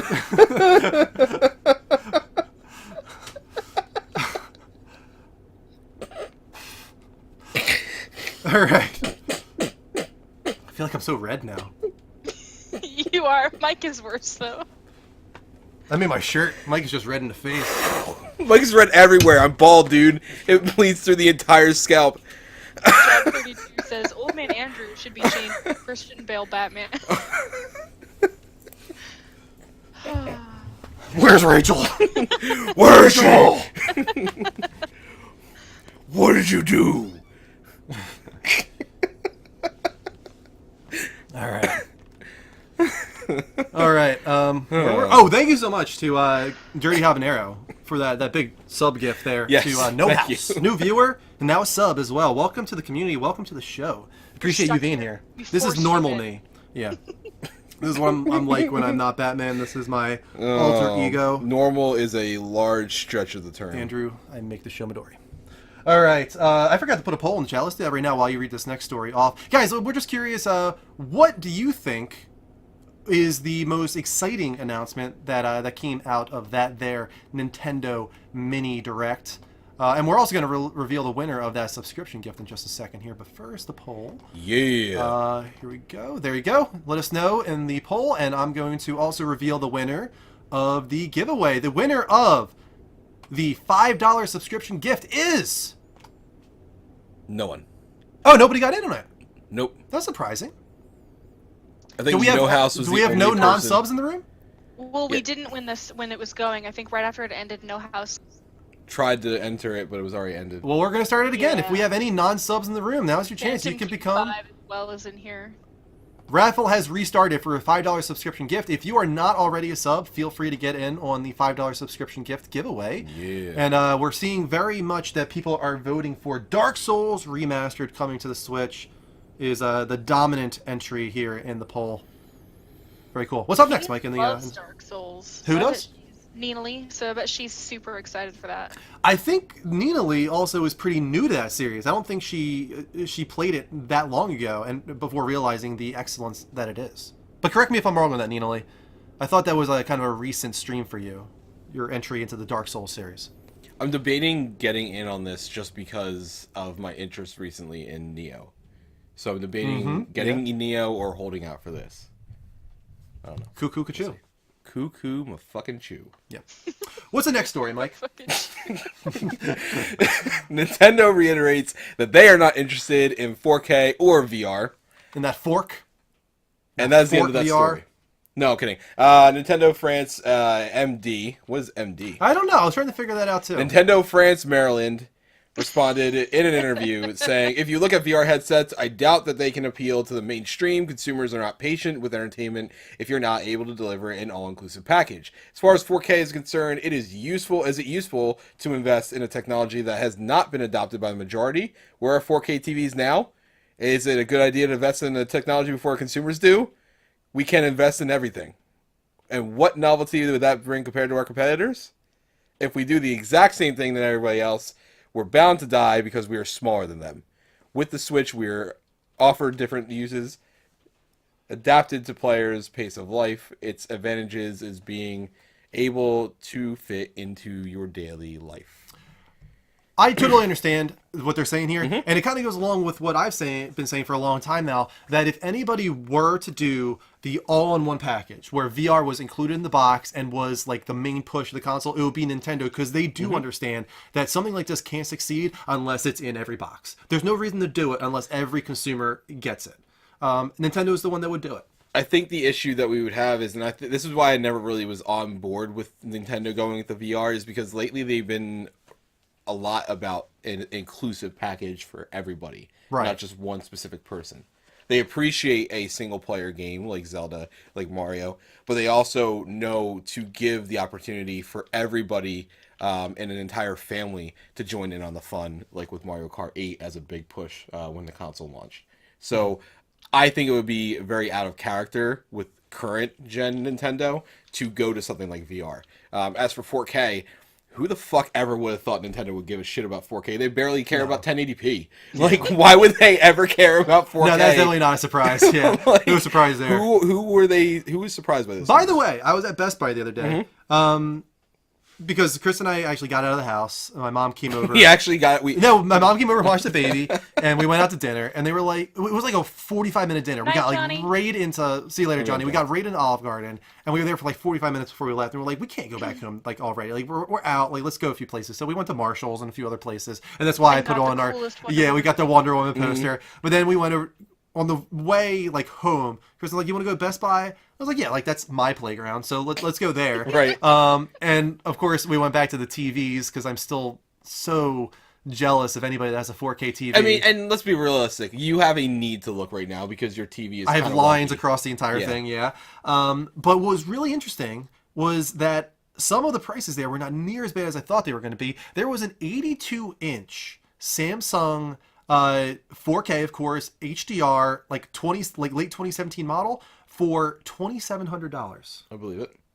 I was blown away by that. 82 inches? That's huge. Yeah, prices of TVs are starting to really come down, especially now that we're right at the end.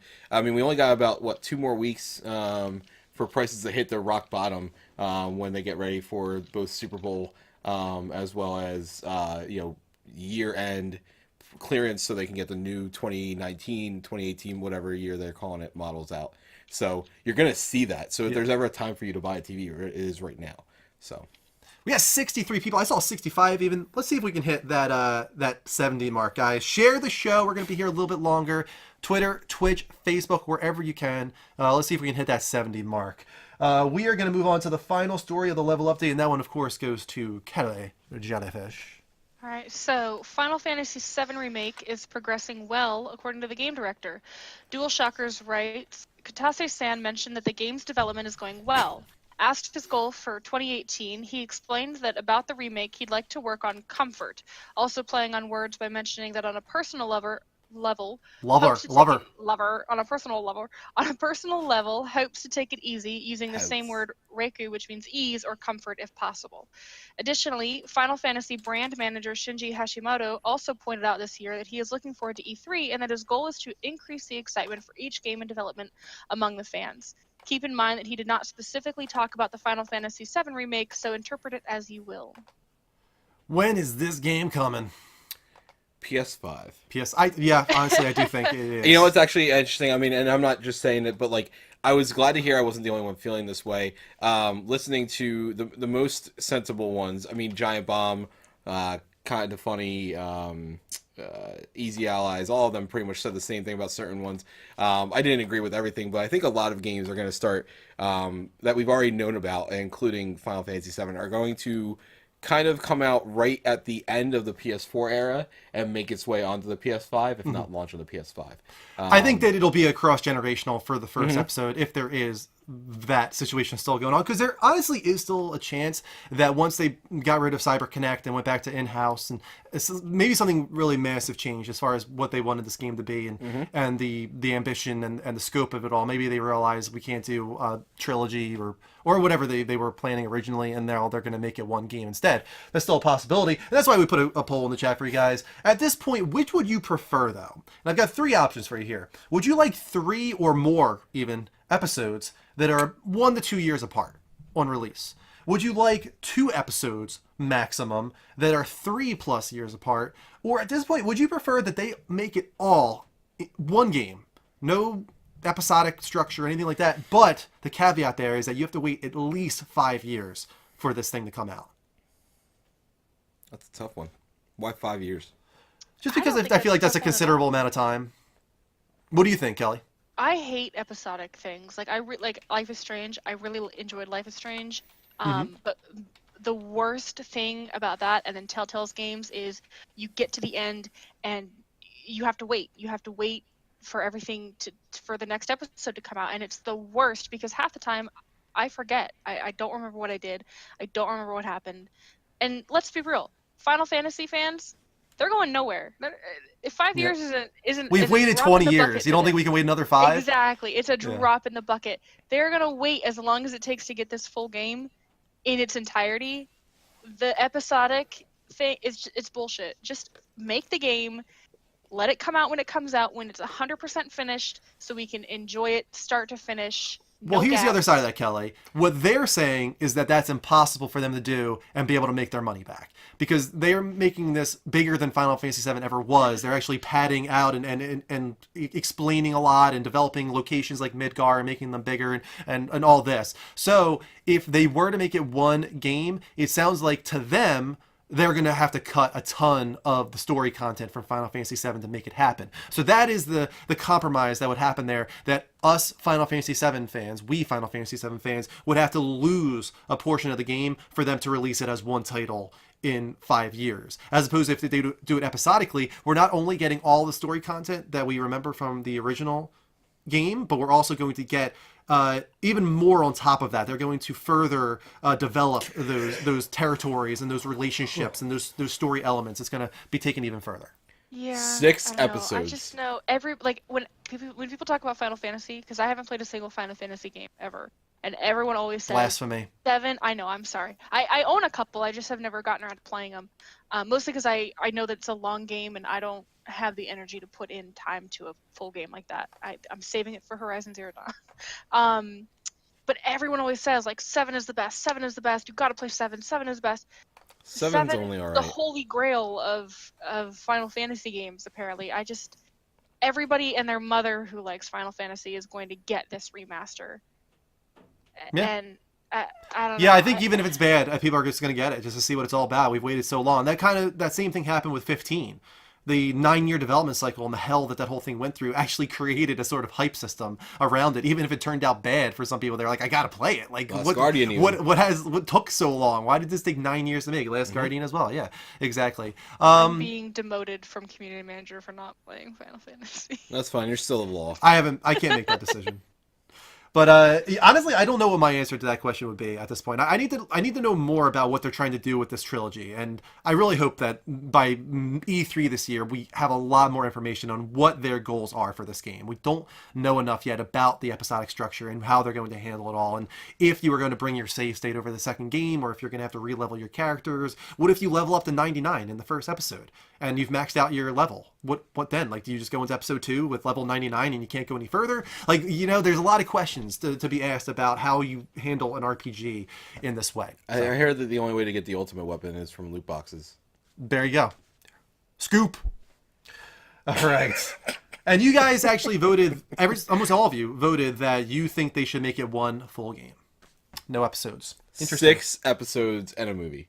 Very interesting. What if they did pre-order stuff? I mean, that's how way back in the day people got a lot of capital to make the games, is they'd pre-order. Back in the day. Pre-order loot boxes.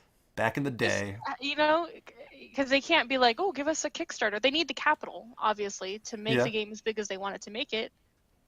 Enable pre-orders. Enable DLC content. Save Aerith DLC alternate ending to the whole game. You know what? We joke, but there's a part of me that's terrified of that possibility. That would truly be terrified. amazing. They've already said that they're going to handle Aerith's death differently in the game, and that terrifies me.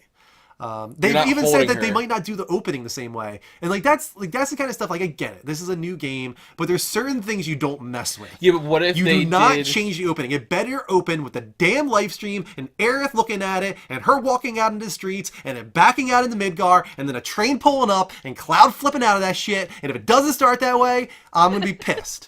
Tell us how you really feel, Andrew. I don't think that you. What if they start with the beginning with I might hurt somebody. What's the guy's name? Right, what's the soldier name? The soldier's name that Cloud was actually with? Lucas? The one that he bases his character off of, Zach. Zach. So what if it starts with like some interactions with him and Zach? But what? No. Just stop. No, you don't start the game any other way. That is how you freaking start that game. 7 episodes. 7 episodes. You know what? If they're like 6 months apart or something, yeah, sure. It all depends on how far apart they are. If you're not going to make me wait very long, there's totally a lot of points you could end on. There's so many great climaxes within Final Fantasy VII that you could do 7 episodes. It's all about how far apart they are. Mash X to save Aerith. You know what? Kids are eating Tide Pods, you know? Like, who knows anymore what's happening in this world? Anything's up for grabs. Oh, man. Anything. All right, well, we got to do the whole wheel spin segment, but we also have to do a lip sync challenge. So let's remember, Kelly, I'm going to leave that up to you, actually. You can suggest a lip sync song to us. Oh my gosh, I was so excited that you said that because I was listening to this one song in the car on the way home today, and I was like, oh, I hope they lip sync challenge because I need them to sing this song. Okay, go ahead. What is it? Whisper it? Okay. Yeah, you can whisper it. Yeah. I want it to be a surprise. Okay. You make that a surprise. You do that. We're going to spin the wheel. It's just such a good show. It's just such a good song. Whisper it to us so we can pull it up. This one is for Review Guy 77 Junior. $6 tip. Gives him 25 XP to the spinner and the spinner alone. I'll do that myself. Can we do the other version that's been done recently by... No. I like that version. By her goddaughter? Yes. No! That one's so good, though. It is good, but it's not the original. Yeah, but I actually don't like the original as much. Okay, Mike. Listen, I'm not saying that I don't like. I don't like the song. I don't like this. It's not that I don't like the song. I said I actually like the redo better because I think it shows a different side of that person, and it actually made me respect that person much more. I just want to say real quick, once again, I have a gift request. I have a gift request for somebody to redeem. Somebody needs to redeem the "You Just Started a War" gif with Iron Man from Civil War. Somebody make it happen, please, because we're going to need that in the future very soon. We're going to need that. We used it in the Discord fighting over. Yeah, we did for something. I can't remember what it was. Team Waffle. I lost a lot of what you said there, but I heard Team Waffle, and that's all I need to know. Yeah, all you need to hear is Team Waffle. Real quick, why don't we do who won the... So that was Review Guy right there. And who won the sub? We'll do that right after we do the wheel spins. Hold on. Let's figure out what they're all going to be. Dirty Habanero gave a sub gift. Charade. We're going to do video game charades. Dirty Habanero, whisper the Level Up show with a video game character or a video game title. All right, guys. We have still a little bit more left in the show. We've got those tiny little news stories that we have to end off on in what we like to call Rapid Fire News Roundup. Felt the Chuck Norris in that one. Yeah, I felt it too. Thumbs up.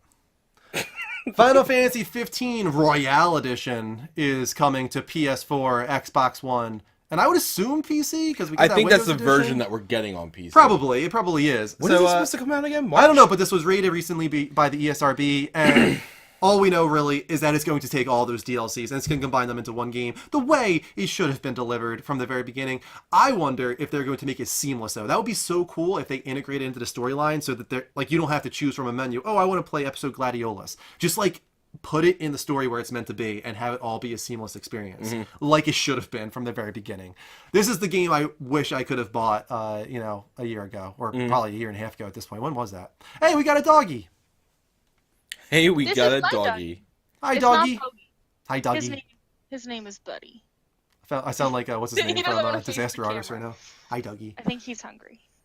I'm so psyched for this game again. I'm very much looking forward to playing this on PC. Yeah. I'm dying to see what the graphics It's a very good look like. game. I really enjoyed that. Microsoft is working on a new career system. It's the evolution of avatars. And the in-development feature currently looks like it's organized around levels. That sounds new. With quests for XP and rewards when you level up. These rewards include loot crates with cosmetic items for your Xbox avatar. Feel like maybe they should have read the room a little bit before announcing the whole loot crate thing. I feel like just a little bit too much negative stuff going on surrounding that. I don't Maybe they think could so. have just waited a little longer before. I think the room, while it is, controversial for it, I think the difference is paid loot crates is what you have an issue with. I like loot crates. I think loot crates are fine. They can be I used have in a cool absolutely way. zero issue with loot crates in Overwatch. I have zero issue in loot crates where it adds like a fun aspect to the game. But when it comes to something like Battlefront where it puts a pay to win aspect to it, that's a big issue to me. So I think loot crates for this is fine. This is like a 5-year-old iPad that like barely works anymore, but it gets the job done for reading off text. That's about it. That's about all it can do. That's all we really use it for. Yeah. That's why So we haven't that's great changed that they're either. at least updating the system because they still have been like it. behind the PlayStation system, in my opinion, for a long time. Cyberpunk 2077, the official Twitter account, has tweeted for the first time in 3+ years. Guess what they said, Mike? Hi. They said beep. Beep. Beep. That's what it was. Beep. But I mean, that's all it takes. It means that Yep. something is coming. They're starting the hype train. They're making it Right. leave the station, and we're all on board. I would think. Whose conference are they at E3? I'm saying Microsoft. Yeah, I would say Microsoft too. Okay. Yeah, that just feels right to me. Now, here's the thing. The other aspect of that is, why not at the PC show? Why not both? Why not both? Gift request. Somebody Da-da-da-da-da-da. get on that. We need the little Asian girl. I think is it Asian? She's Mexican. It's Mexican. for What's it It's for? for tacos. taco commercial. Is it really? I've never seen the commercial. Yeah. No, Oh, okay. it's, Really? it's a family. No, They're I just see fighting the in Spanish, meme. And they're saying hard this is- shell, soft shell, Chris hard is shell, calling. soft shell, and the girl goes, "Why not both?" And then they lift her up and they go da da da da da, Kristen, da, and they play like mariachi talk to music, me. and it's a whole thing. Old El Paso. Oh, really? We will turn the volume down. I apologize. Kristen's very angry. Do you want to say something to everybody? Hi, Christian. I Okay, love you. you got it. I was too loud. Mike was too loud. Sorry. Mike. I love you. I apologize, Kristen. She didn't even say it back. We're being too loud, guys. How comfortable is your couch? It's actually really comfortable. Good. I prefer sleeping on the couch most of the time, not because I'm away from Kristen, but I've got a thing for couches. Hold on, pause your lives. All right, I've got a thing for couches. It borderlines on fetish. I like tucking myself into that spot between crevice? the flat cushions and the back cushions and just living there. Like a worm. Like a pig in a blanket. Or Dark something. Souls Remastered Trilogy is coming exclusively to the PS4. Yeah, it is. It's How do you guys feel about that? not the remastered, but the whole trilogy. Did you say that remastered? Yes, Or- which is pretty cool. It's So the it's not trilogy. just the first one like the Switch is getting. So that's actually what I actually was debating anyway, because now that I know that it's getting all three on the PS4, I might grab that instead, just in case I like it. I don't have to worry about going on and buying more of them. So. I did not say that. Who said What? that? I like effing myself into that spot. I never said that. No, it's just tucking. My God, dude, I'm getting you glasses. It does say tucking. It says tucking myself. Oh, that's Okay. effing. Hold on, buddy. Sorry, guys. I'm sorry. You are getting glasses for your birthday. Hey, T's and F's, they look pretty similar. There's just Okay. a little bit of a curve on top of F's. Oh my They're God. pretty similar. We need a new audio hook, guys. Audio hook request from you guys. Use your XP. He can't see without his glasses. He needs his glasses. We can't see without his glasses. That's what we need. We You're need the we need an worst. audio hook for that. All right, so actually, this is a remastered trilogy, and there's actually a really, really expensive bundle that they have, a collector's edition. Check it out. It looks Which looks beautiful. really fucking But awesome. it's That's- like $250. It's But ridiculous. you know what? It's one of those things where if you already buy these types of, knickknacks, if you will, for your shelves and stuff, which I don't, I would absolutely say this is 100% worth it. Yeah, Take I $60 out of the price, all right? So you have what, $190, and then you have $190 for a statue and a game case holder. I think it's pretty legit. See, look at it. It's right above each other. FU Konami and Tuck You Konami. They look almost identical. It's almost like one letter is different. I mean, one letter is different. The K is not capitalized.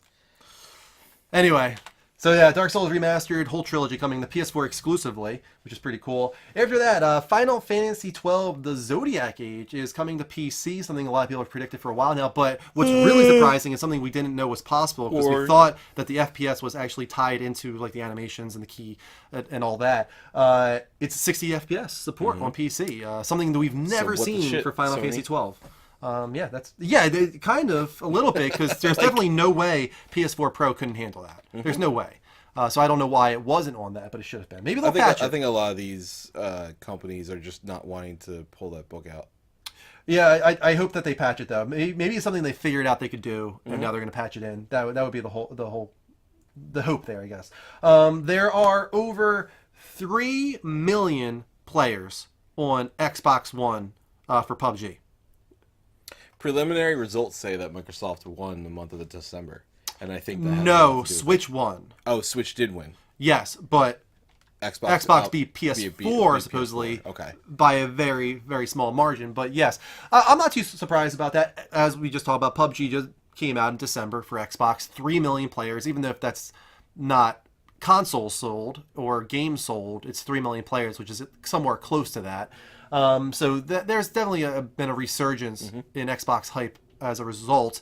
And hey, good on them. They need it. I mean, PS4 had amazing deals in November, and they kind of just got rid of that in December. They had a 50. I think it was like December 5th was the last day. It was like a $50 deal in December as opposed to like a $100 deal is essentially what was going on there. So it makes sense that it was front heavy for PlayStation. I'm not too surprised. I don't think it's something that's going to continue unless PUBG is a much bigger deal than I thought it was. I mean, it's doing very well, but I don't think it's going to... I don't think they're going to be able to ride this tide longer than a couple months for PUBG. No, I think it's going to be done until another big update comes in. But we do have a question for you guys. As we were just saying, Nintendo Switch was the best-selling console of December. Aaron Greenberg, quote, was trying to just thank folks for supporting us and the incredible success following the launch of Xbox One X. But yes, Xbox outsold PS4 in December for Gen 8 consoles, according to NPD data, while Nintendo also had a great month, as Switch had most overall units. That came from somebody... Who's Aaron Greenberg at Microsoft? What's his title? Isn't he like head of marketing or something like that? Whatever. He's from Microsoft. What does he do there? He knows things. Yeah. That guy. But we have a poll for you guys. We're about to put into the chat right now. Hold on one sec. You know what sucks is I used to know these things like off the top of my head. And I feel like I'm forgetting them now more and more. Aaron Greenberg is a guy. It's because I'm not at all invested in Xbox this generation. Yeah, I think that's a big thing for me. Is it's like I don't care anymore. Right. Yeah. They all just spew a bunch of stuff that literally sounds like bullshit to me anymore. Which console did you purchase this holiday season? 2017, I mean. PlayStation 4 or PlayStation 4 Pro? Xbox One S or X? Nintendo Switch? More than one console? Or did you not buy any consoles at all? Congratulations to Dark Scepter. You get a welcome message for a month. Whisper us at the Level Up Show with what you want your welcome message to be. Dropbot has chosen you. And that wraps up the Rapid Fire News Roundup. We got one more thing left in this show. I don't believe there were any... One more thing. I don't believe there were any on-the-spot questions submitted during the show. Let's check and make sure real quick. I don't believe there was. Where's... I don't either. That's it right there, isn't it? Nope. That's Spotify. That's it. All right. Glasses, man. Nope. We have no questions asked by you guys, but we do have a question from our Discord. But first, let's get the video rolling, guys. Every week we have this community focus segment. It's called On the Spots. You guys can go on our Discord at discord.gg/the-level-up-network. Go on the Spots channel and submit your hard-hitting questions for us to answer, like this person did right here. Dear The Level Up Show, what makes a game an indie? Is it an objective or subjective definition? Sincerely, Ginkgo Swag. Love that guy. This is a very good question because there's a lot of confusion surrounding the term indie title. And this came up because of the nominations for Level Uppies. We were doing Best Indie Game, And I said Hellblade is an indie game, and a lot of people said no because like it looks like a AAA title and all this, but technically it is. It's an independent title. It was both developed and published by Ninja Theory with no outside help whatsoever. That is an independent title, but they are the first AAA indie, I guess you could say. So that's where the confusion arises. Kelly, for you, what defines an indie title? Is it like a small, like low budget, low team, or is it what I just said? No, I mean, I think it can be both.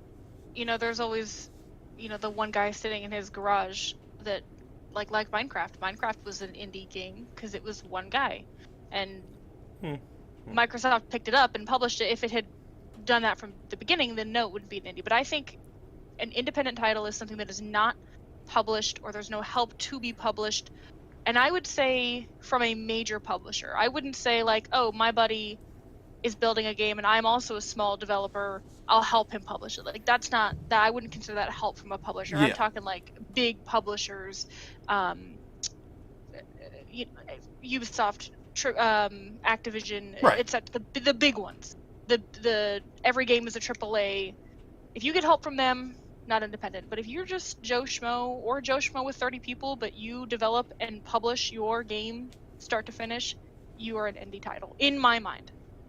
Yeah, the thing is, like, when it comes to the level uppies, I think next year I probably won't even do a best indie game category, though, because games like Hellblade now exist. Games that look like a AAA title, that have that feeling of AAA budget and production. See, but I don't agree with that. I don't think that being an indie title means that your game should look like shit. Like, if you... No, that's exactly what I'm saying. That's why we can't do the category anymore. I don't know. If you can make your game look like a AAA title without breaking a AAA budget, that's really impressive. Like, if I've never played Hellblade, I've never seen Hellblade, maybe I have, I can't think of it off the top of my head, but if a small team of people can do what a large corporation can do, that's really impressive. That deserves to be given recognition. You know, it kind of shows that all the bling and show off that all the big developers do, trying to get people to like, oh, buy this game, it looks amazing. Some little studio can do it and look just as good, and it's not all bells and whistles. It's just people being passionate about something that they like. I don't know. I don't think looking bad is a requirement for an indie game. I think the I difference... think it can. I think it happens, but... is going to be for me that an indie... I think we... I'm going to disagree with you, and I'm going to fight for it, because I do think that having indie as a category makes a lot of sense. I mean, if you look at any other site, they've all dropped it. They don't do it anymore. It's not something that makes sense anymore. It feels like you are... If anything, it's almost like a derogatory thing, because as you said, it almost implies that indie is lesser. No, but Rick said exactly what it is. To me, indie is independent studio, and that means a studio that is not tied to a larger productions company for funding. But why should that warrant its own category for awards? Because you are taking raw talent, and instead of funneling profits from elsewhere, it is far more about the passion of that project. For a lot of these I think that we can't say that. I don't think we can say that, because I can't. No, I don't think you can say that. We don't know like how passionate these guys are working at. Got EA with DICE with Battlefront. Those guys were probably incredibly passionate, just as passionate as any indie. I bet you. I bet a lot of the guys there were. We can't just like assume that just because you have a publisher funneling money in that you're not as passionate as indie Joe Schmo. Like, no, I do not agree with that. I'm sorry, I can't agree with that. I don't know. I think that an indie is, in my opinion, a badge of honor. You know, and you should wear it. No, I don't disagree with that. And I think that it's very... I think it's... While, yes, you could say that bridging the gap, the barrier, is being, broken through with games like Hellblade, you can't then take a game like Hollow Knight, which is also received extremely well, and then compare it as such. And the same thing with these games. You're not going to have the same amount of polish for all these things. It doesn't mean the game's not good. But when you put up a game, like, I'm just using Hollow Knight for some reason. It's the only one that's coming to mind. But let's say Hollow Knight was literally one of the best games made this year, but not enough people played it because it wasn't pushed on TV every 5 seconds. That's not fair to say that it's not going to make the same amount of money. It's not likely going to... Hellblade won't make the same amount of money as anything. Even when you take, a lesser known, title pushed on a major platform by a major publisher, it's never going to make the same amount of money or has a much harder chance of doing so. And I think indie should be heralded in a way of respect. Yeah, I don't disagree with that. I think the problem here, I'm giving an example, The Last Night, a game that was independent for a very long time and looked absolutely gorgeous, and there was a lot of passion behind that project from Tim Soret for all the controversy surrounding it, forgetting that. A lot of passion there, obviously, and from a artistic standpoint, visually stunning. I think a lot of people focus on technical prowess when it comes to AAA and versus indie, but artistic direction is just as important, and that game has better artistic direction than almost anything I've ever seen in the gaming field. So when you look at something like that was indie for such a long time, and just because Microsoft swooped in and grabbed it up because they realized potential there, does that mean that those people no longer have the passion, or that they no longer deserve to say that like they are different? Even Journey, one of my favorite games ever, not independent. We all act like it is, but it's not. It's not an independent game. You know, like that's where the confusion comes in, and the reason I think that it just kind of needs to go away, because there's just too many circumstances and different scenarios that mess it all up and muddle the message of what indie versus AAA is. So I have a theory about why people are getting rid of the indie category. Go ahead. And it could just be, you know, I won't even say 20 years ago. I'll say 10 years ago. Indie titles were just not indie is mainstream now. It's everybody. There's classes. Kids are learning to make their own games, and it's something that, kind of like Ratatouille, everyone can cook. Everyone can make their own game, and everyone is. And they're not this rarity or a diamond in the rough that you find. Everyone's just vomiting up these indie games, and the market, I think, is more flooded with indie games than it is AAA games. It is. And so yeah. there's really no like special, like, oh, look at this indie game, like, oh, there was like 3 this year, and let's look at this one. It's just like, oh, well, here's this sea of indie games. Why the hell is there even a category for it? It's just like, indie games are in the same contender for Game of the Year as AAA games. They're on the same level now in terms of recognition.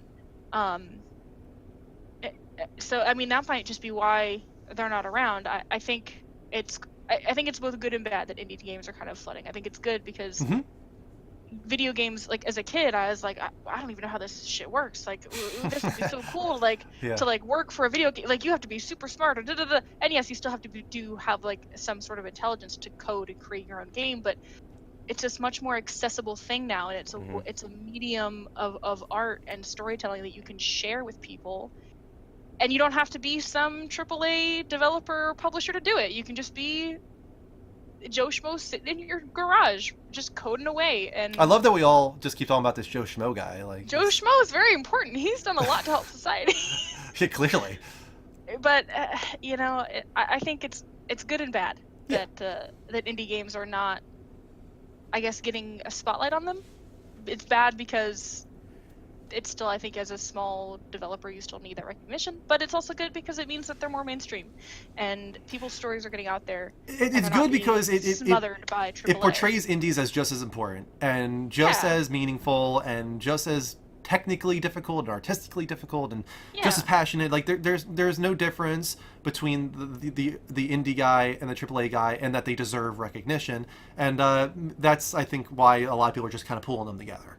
And maybe as a result, you know, your Game of the Year list becomes 10 instead of 5. You know, you list 10 games instead of 5 games in your nominees. Like, that's what we're doing this year. We're going to have 20 games in our Game of the Year list, and we're going to do the same thing we did last year, where we're going to have multiple polls to narrow that down to a final 4. But we're going to give you guys 20 games to choose from, because there are so many great games now. There are so many great indies and AAA, and you can't. If you're going to mix them together, you just have to expand the list, because they all deserve recognition. Right. We also, that was a great question, first of all, from Ginkgo Swag. Thank you so much, Ginkgo. But we also just got another question come in. You heard that ding, ding, ding, ding. That was a question coming in through Redemption from Crazy Legs. He said, which game would rather come out first, Final Fantasy VII or The Last of Us 2? There's a legend round here. A killer buried, but not dead. Someone using that legend audio hook. The Last of Us 2, Downfall, the answer not chosen will suddenly stop production? Wow. Yeah, so basically, which would you rather come out first, Final Fantasy VII Remake or The Last of Us 2? 100% the Final catch Fantasy VII. is the one that you do not choose will stop in production completely. I do not need The Last of Us 2. I will be there day one. I love that they're making it. I love that they're continuing the Joel and Ellie story, and I'm so freaking excited for that game. But God, I can live without The Last of Us 2. We got The Last of Us Part 1, and it ended terrifically, and I've got the closure I need. Right, exactly. I've been waiting how long? I fought in Final that Fantasy camp 7. of The Last of Us 2 didn't need to exist. Yeah. I'm still not honestly 100% convinced that it does. I'm not saying that means it's going to be bad, but it's not one of those things where I would, if they came out and said, you know what, we were working on Last of Us 2, you saw a lot of things for it, but we decided that the story was better told in this game instead, and it has nothing to do with the Last of Us universe, I'd be just as okay with it because I don't care. The Last of Us ended, in my opinion. So Final Fantasy VII is an established franchise that I never fully completed, and I think giving it the modern day take is definitely a much more enticing situation. Yeah, 100%. There was no doubt in my mind. I was just like, oh, this is easy. I was surprised how quick you went to that, but yeah. Oh yeah. It's not even a question for me. That was very quick. D-Day says, I still need to play Edith Finch. Definitely recommend that one. That'll be on many lists, this Level Up Ease, which I'm hoping to get ready by the end of the month, guys. Of course, that is our award show that we do every year. Go on our Discord and make sure you get those nominees in for all the categories, because we're going to be talking about your choices for the categories and the awards, but we're going to have our own discussion. Like, we might talk about games that aren't even on your list, because we're separate from you guys. Like, you guys will have your own viewer awards, and then there's going to be the level up awards, us choosing our choices as well. It's simultaneously. So it's a really good time, and we enjoy doing it every year. That is the end of the show today. I don't think we need to do any more wheel spins. We're all good, right, Yeah, I Kelly? think we're all caught up. No, we're all caught up. Awesome. We did good tonight. I feel like we were very on points. Still late. Did. Still late, yeah, but Yeah, that was partially because so we had late. Kristen's dad coming down and talking with us about poop for 10 Two minutes. stories and technical difficulties. Yeah, and technical It's, difficulties for a little bit. Is Edith Finch a PS4 exclusive? No, it's No. now on Xbox One and PC. Okay. It was I PS4 never- console exclusive for a while. It was okay. That must be because I know when it came out, everyone was talking about it, and I never played it. And I know you streamed it, and I watched like 5 minutes of it, and then I think I either fell asleep or I couldn't make it, and I have no idea what the game is about. I've never played it.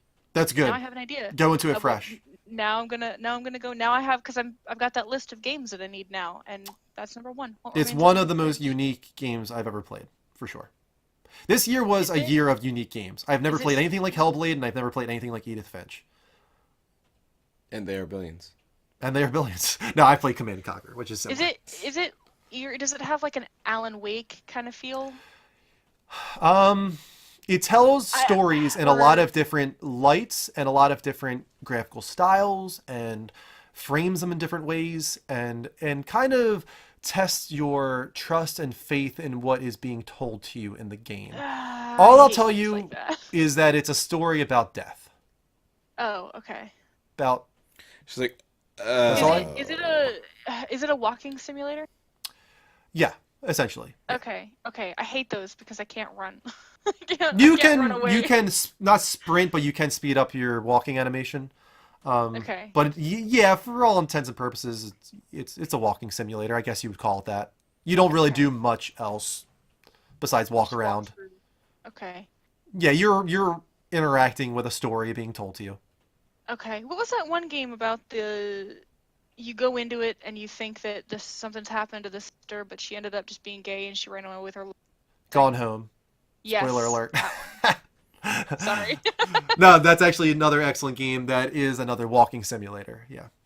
But Okay. I would So definitely play that too. Is it similar to like Gone Home, Alan Wake, kind of the walking, discovering? You keep mentioning Alan Wake, but I can't really comment on that. I thought there was more Oh, you combat to Alan Wake. I didn't think that There was just another walking. one. Yeah. Alan Wake is it's pretty good. It's a little more interactive, but Yeah, I thought so.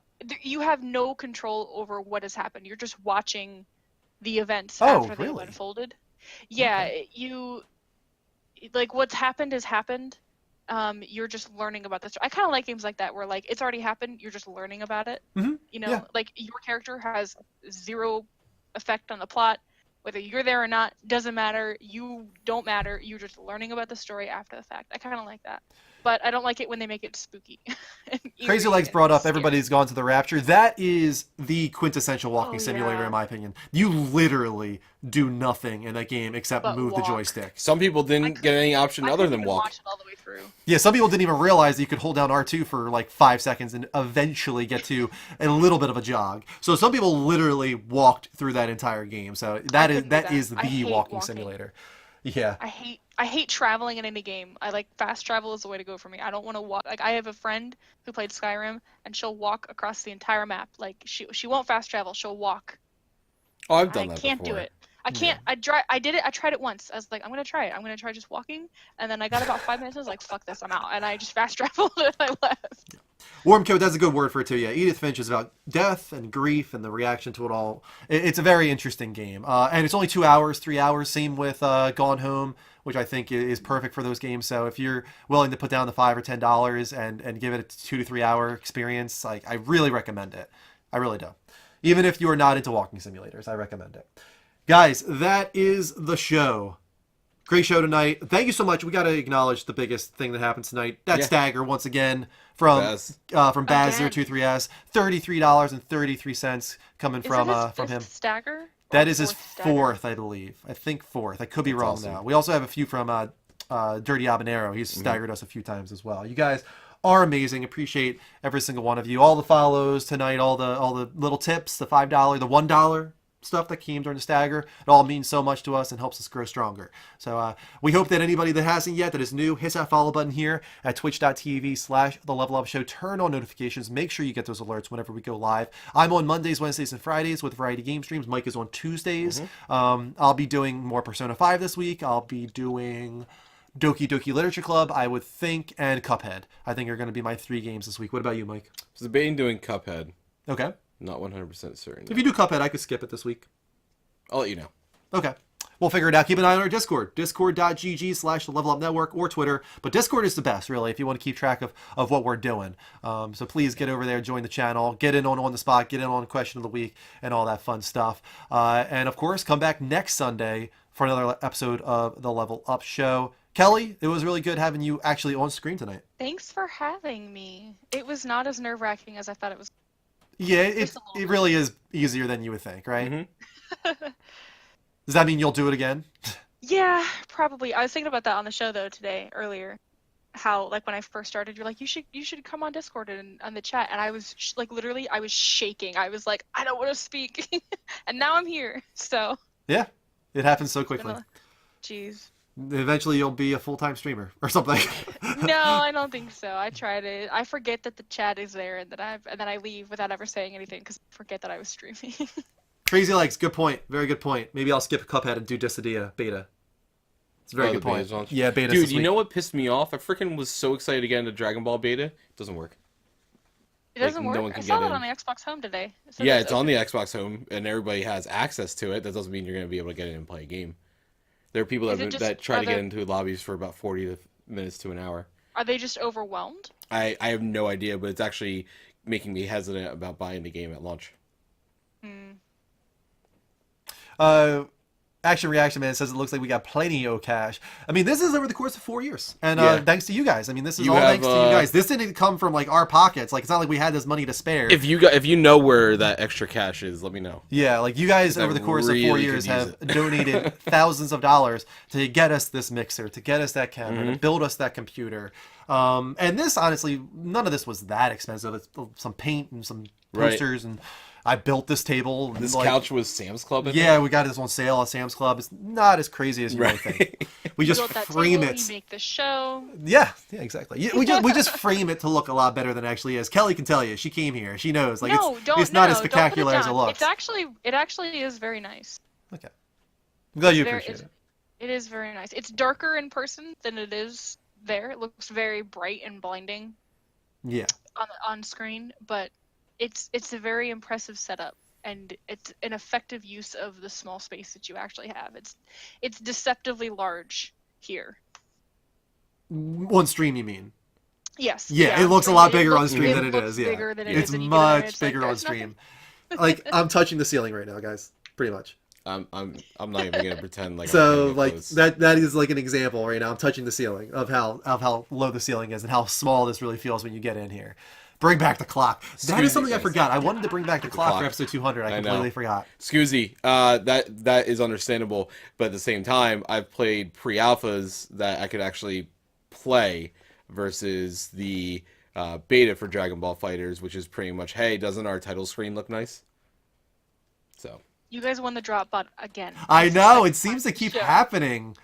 It's rigged. I'm telling you, it's rigged. It is rigged. Revolt. All right, so real quick, let's take a look at who's online. Neens is online with Nier Automata. Yes. But we did just raid her pretty. We rated her either last week, I think. Yeah, so we'll do someone else just because we just did Neens not too long ago. Yeah. We could do somebody brand new. Maybe nobody on our list. You want to go with somebody new? Sure, why not? Let's see if anybody's able to play Dragon Ball Fighters. Okay, where's it at? Oh, there it is. Right there. All right, let's go to somebody like 30 viewers or so. Oh, wow, we're getting down low. Oh yeah, it's gonna be. Wow, like really drops off quickly. Okay, what do you think? What's calling out to you, Mike? Either bottom left or second one in from the left. This over here? Yeah, either one of those two. All right. Let's check this guy out real quick. Lobby Simulator Z. Like he even knows what's up. Okay. This guy knows what's up. I appreciate it. All right, we're going to raid this guy, guys. Once we go to our credits, of course. His name is Foolish Paul, and that is awesome. Seems like a good dude. And like that's it. without listening to a single word from his mouth. But hopefully he is. Guys, thank you so much for watching tonight. This was the Level Up Show, episode 201. Be here next week for another episode. Kelly, once again, thanks for joining us. You're awesome. Anytime. We'll see you throughout the week with gaming talk shows and game streams. Until next time, take care. And as always, don't forget to Level up. level up.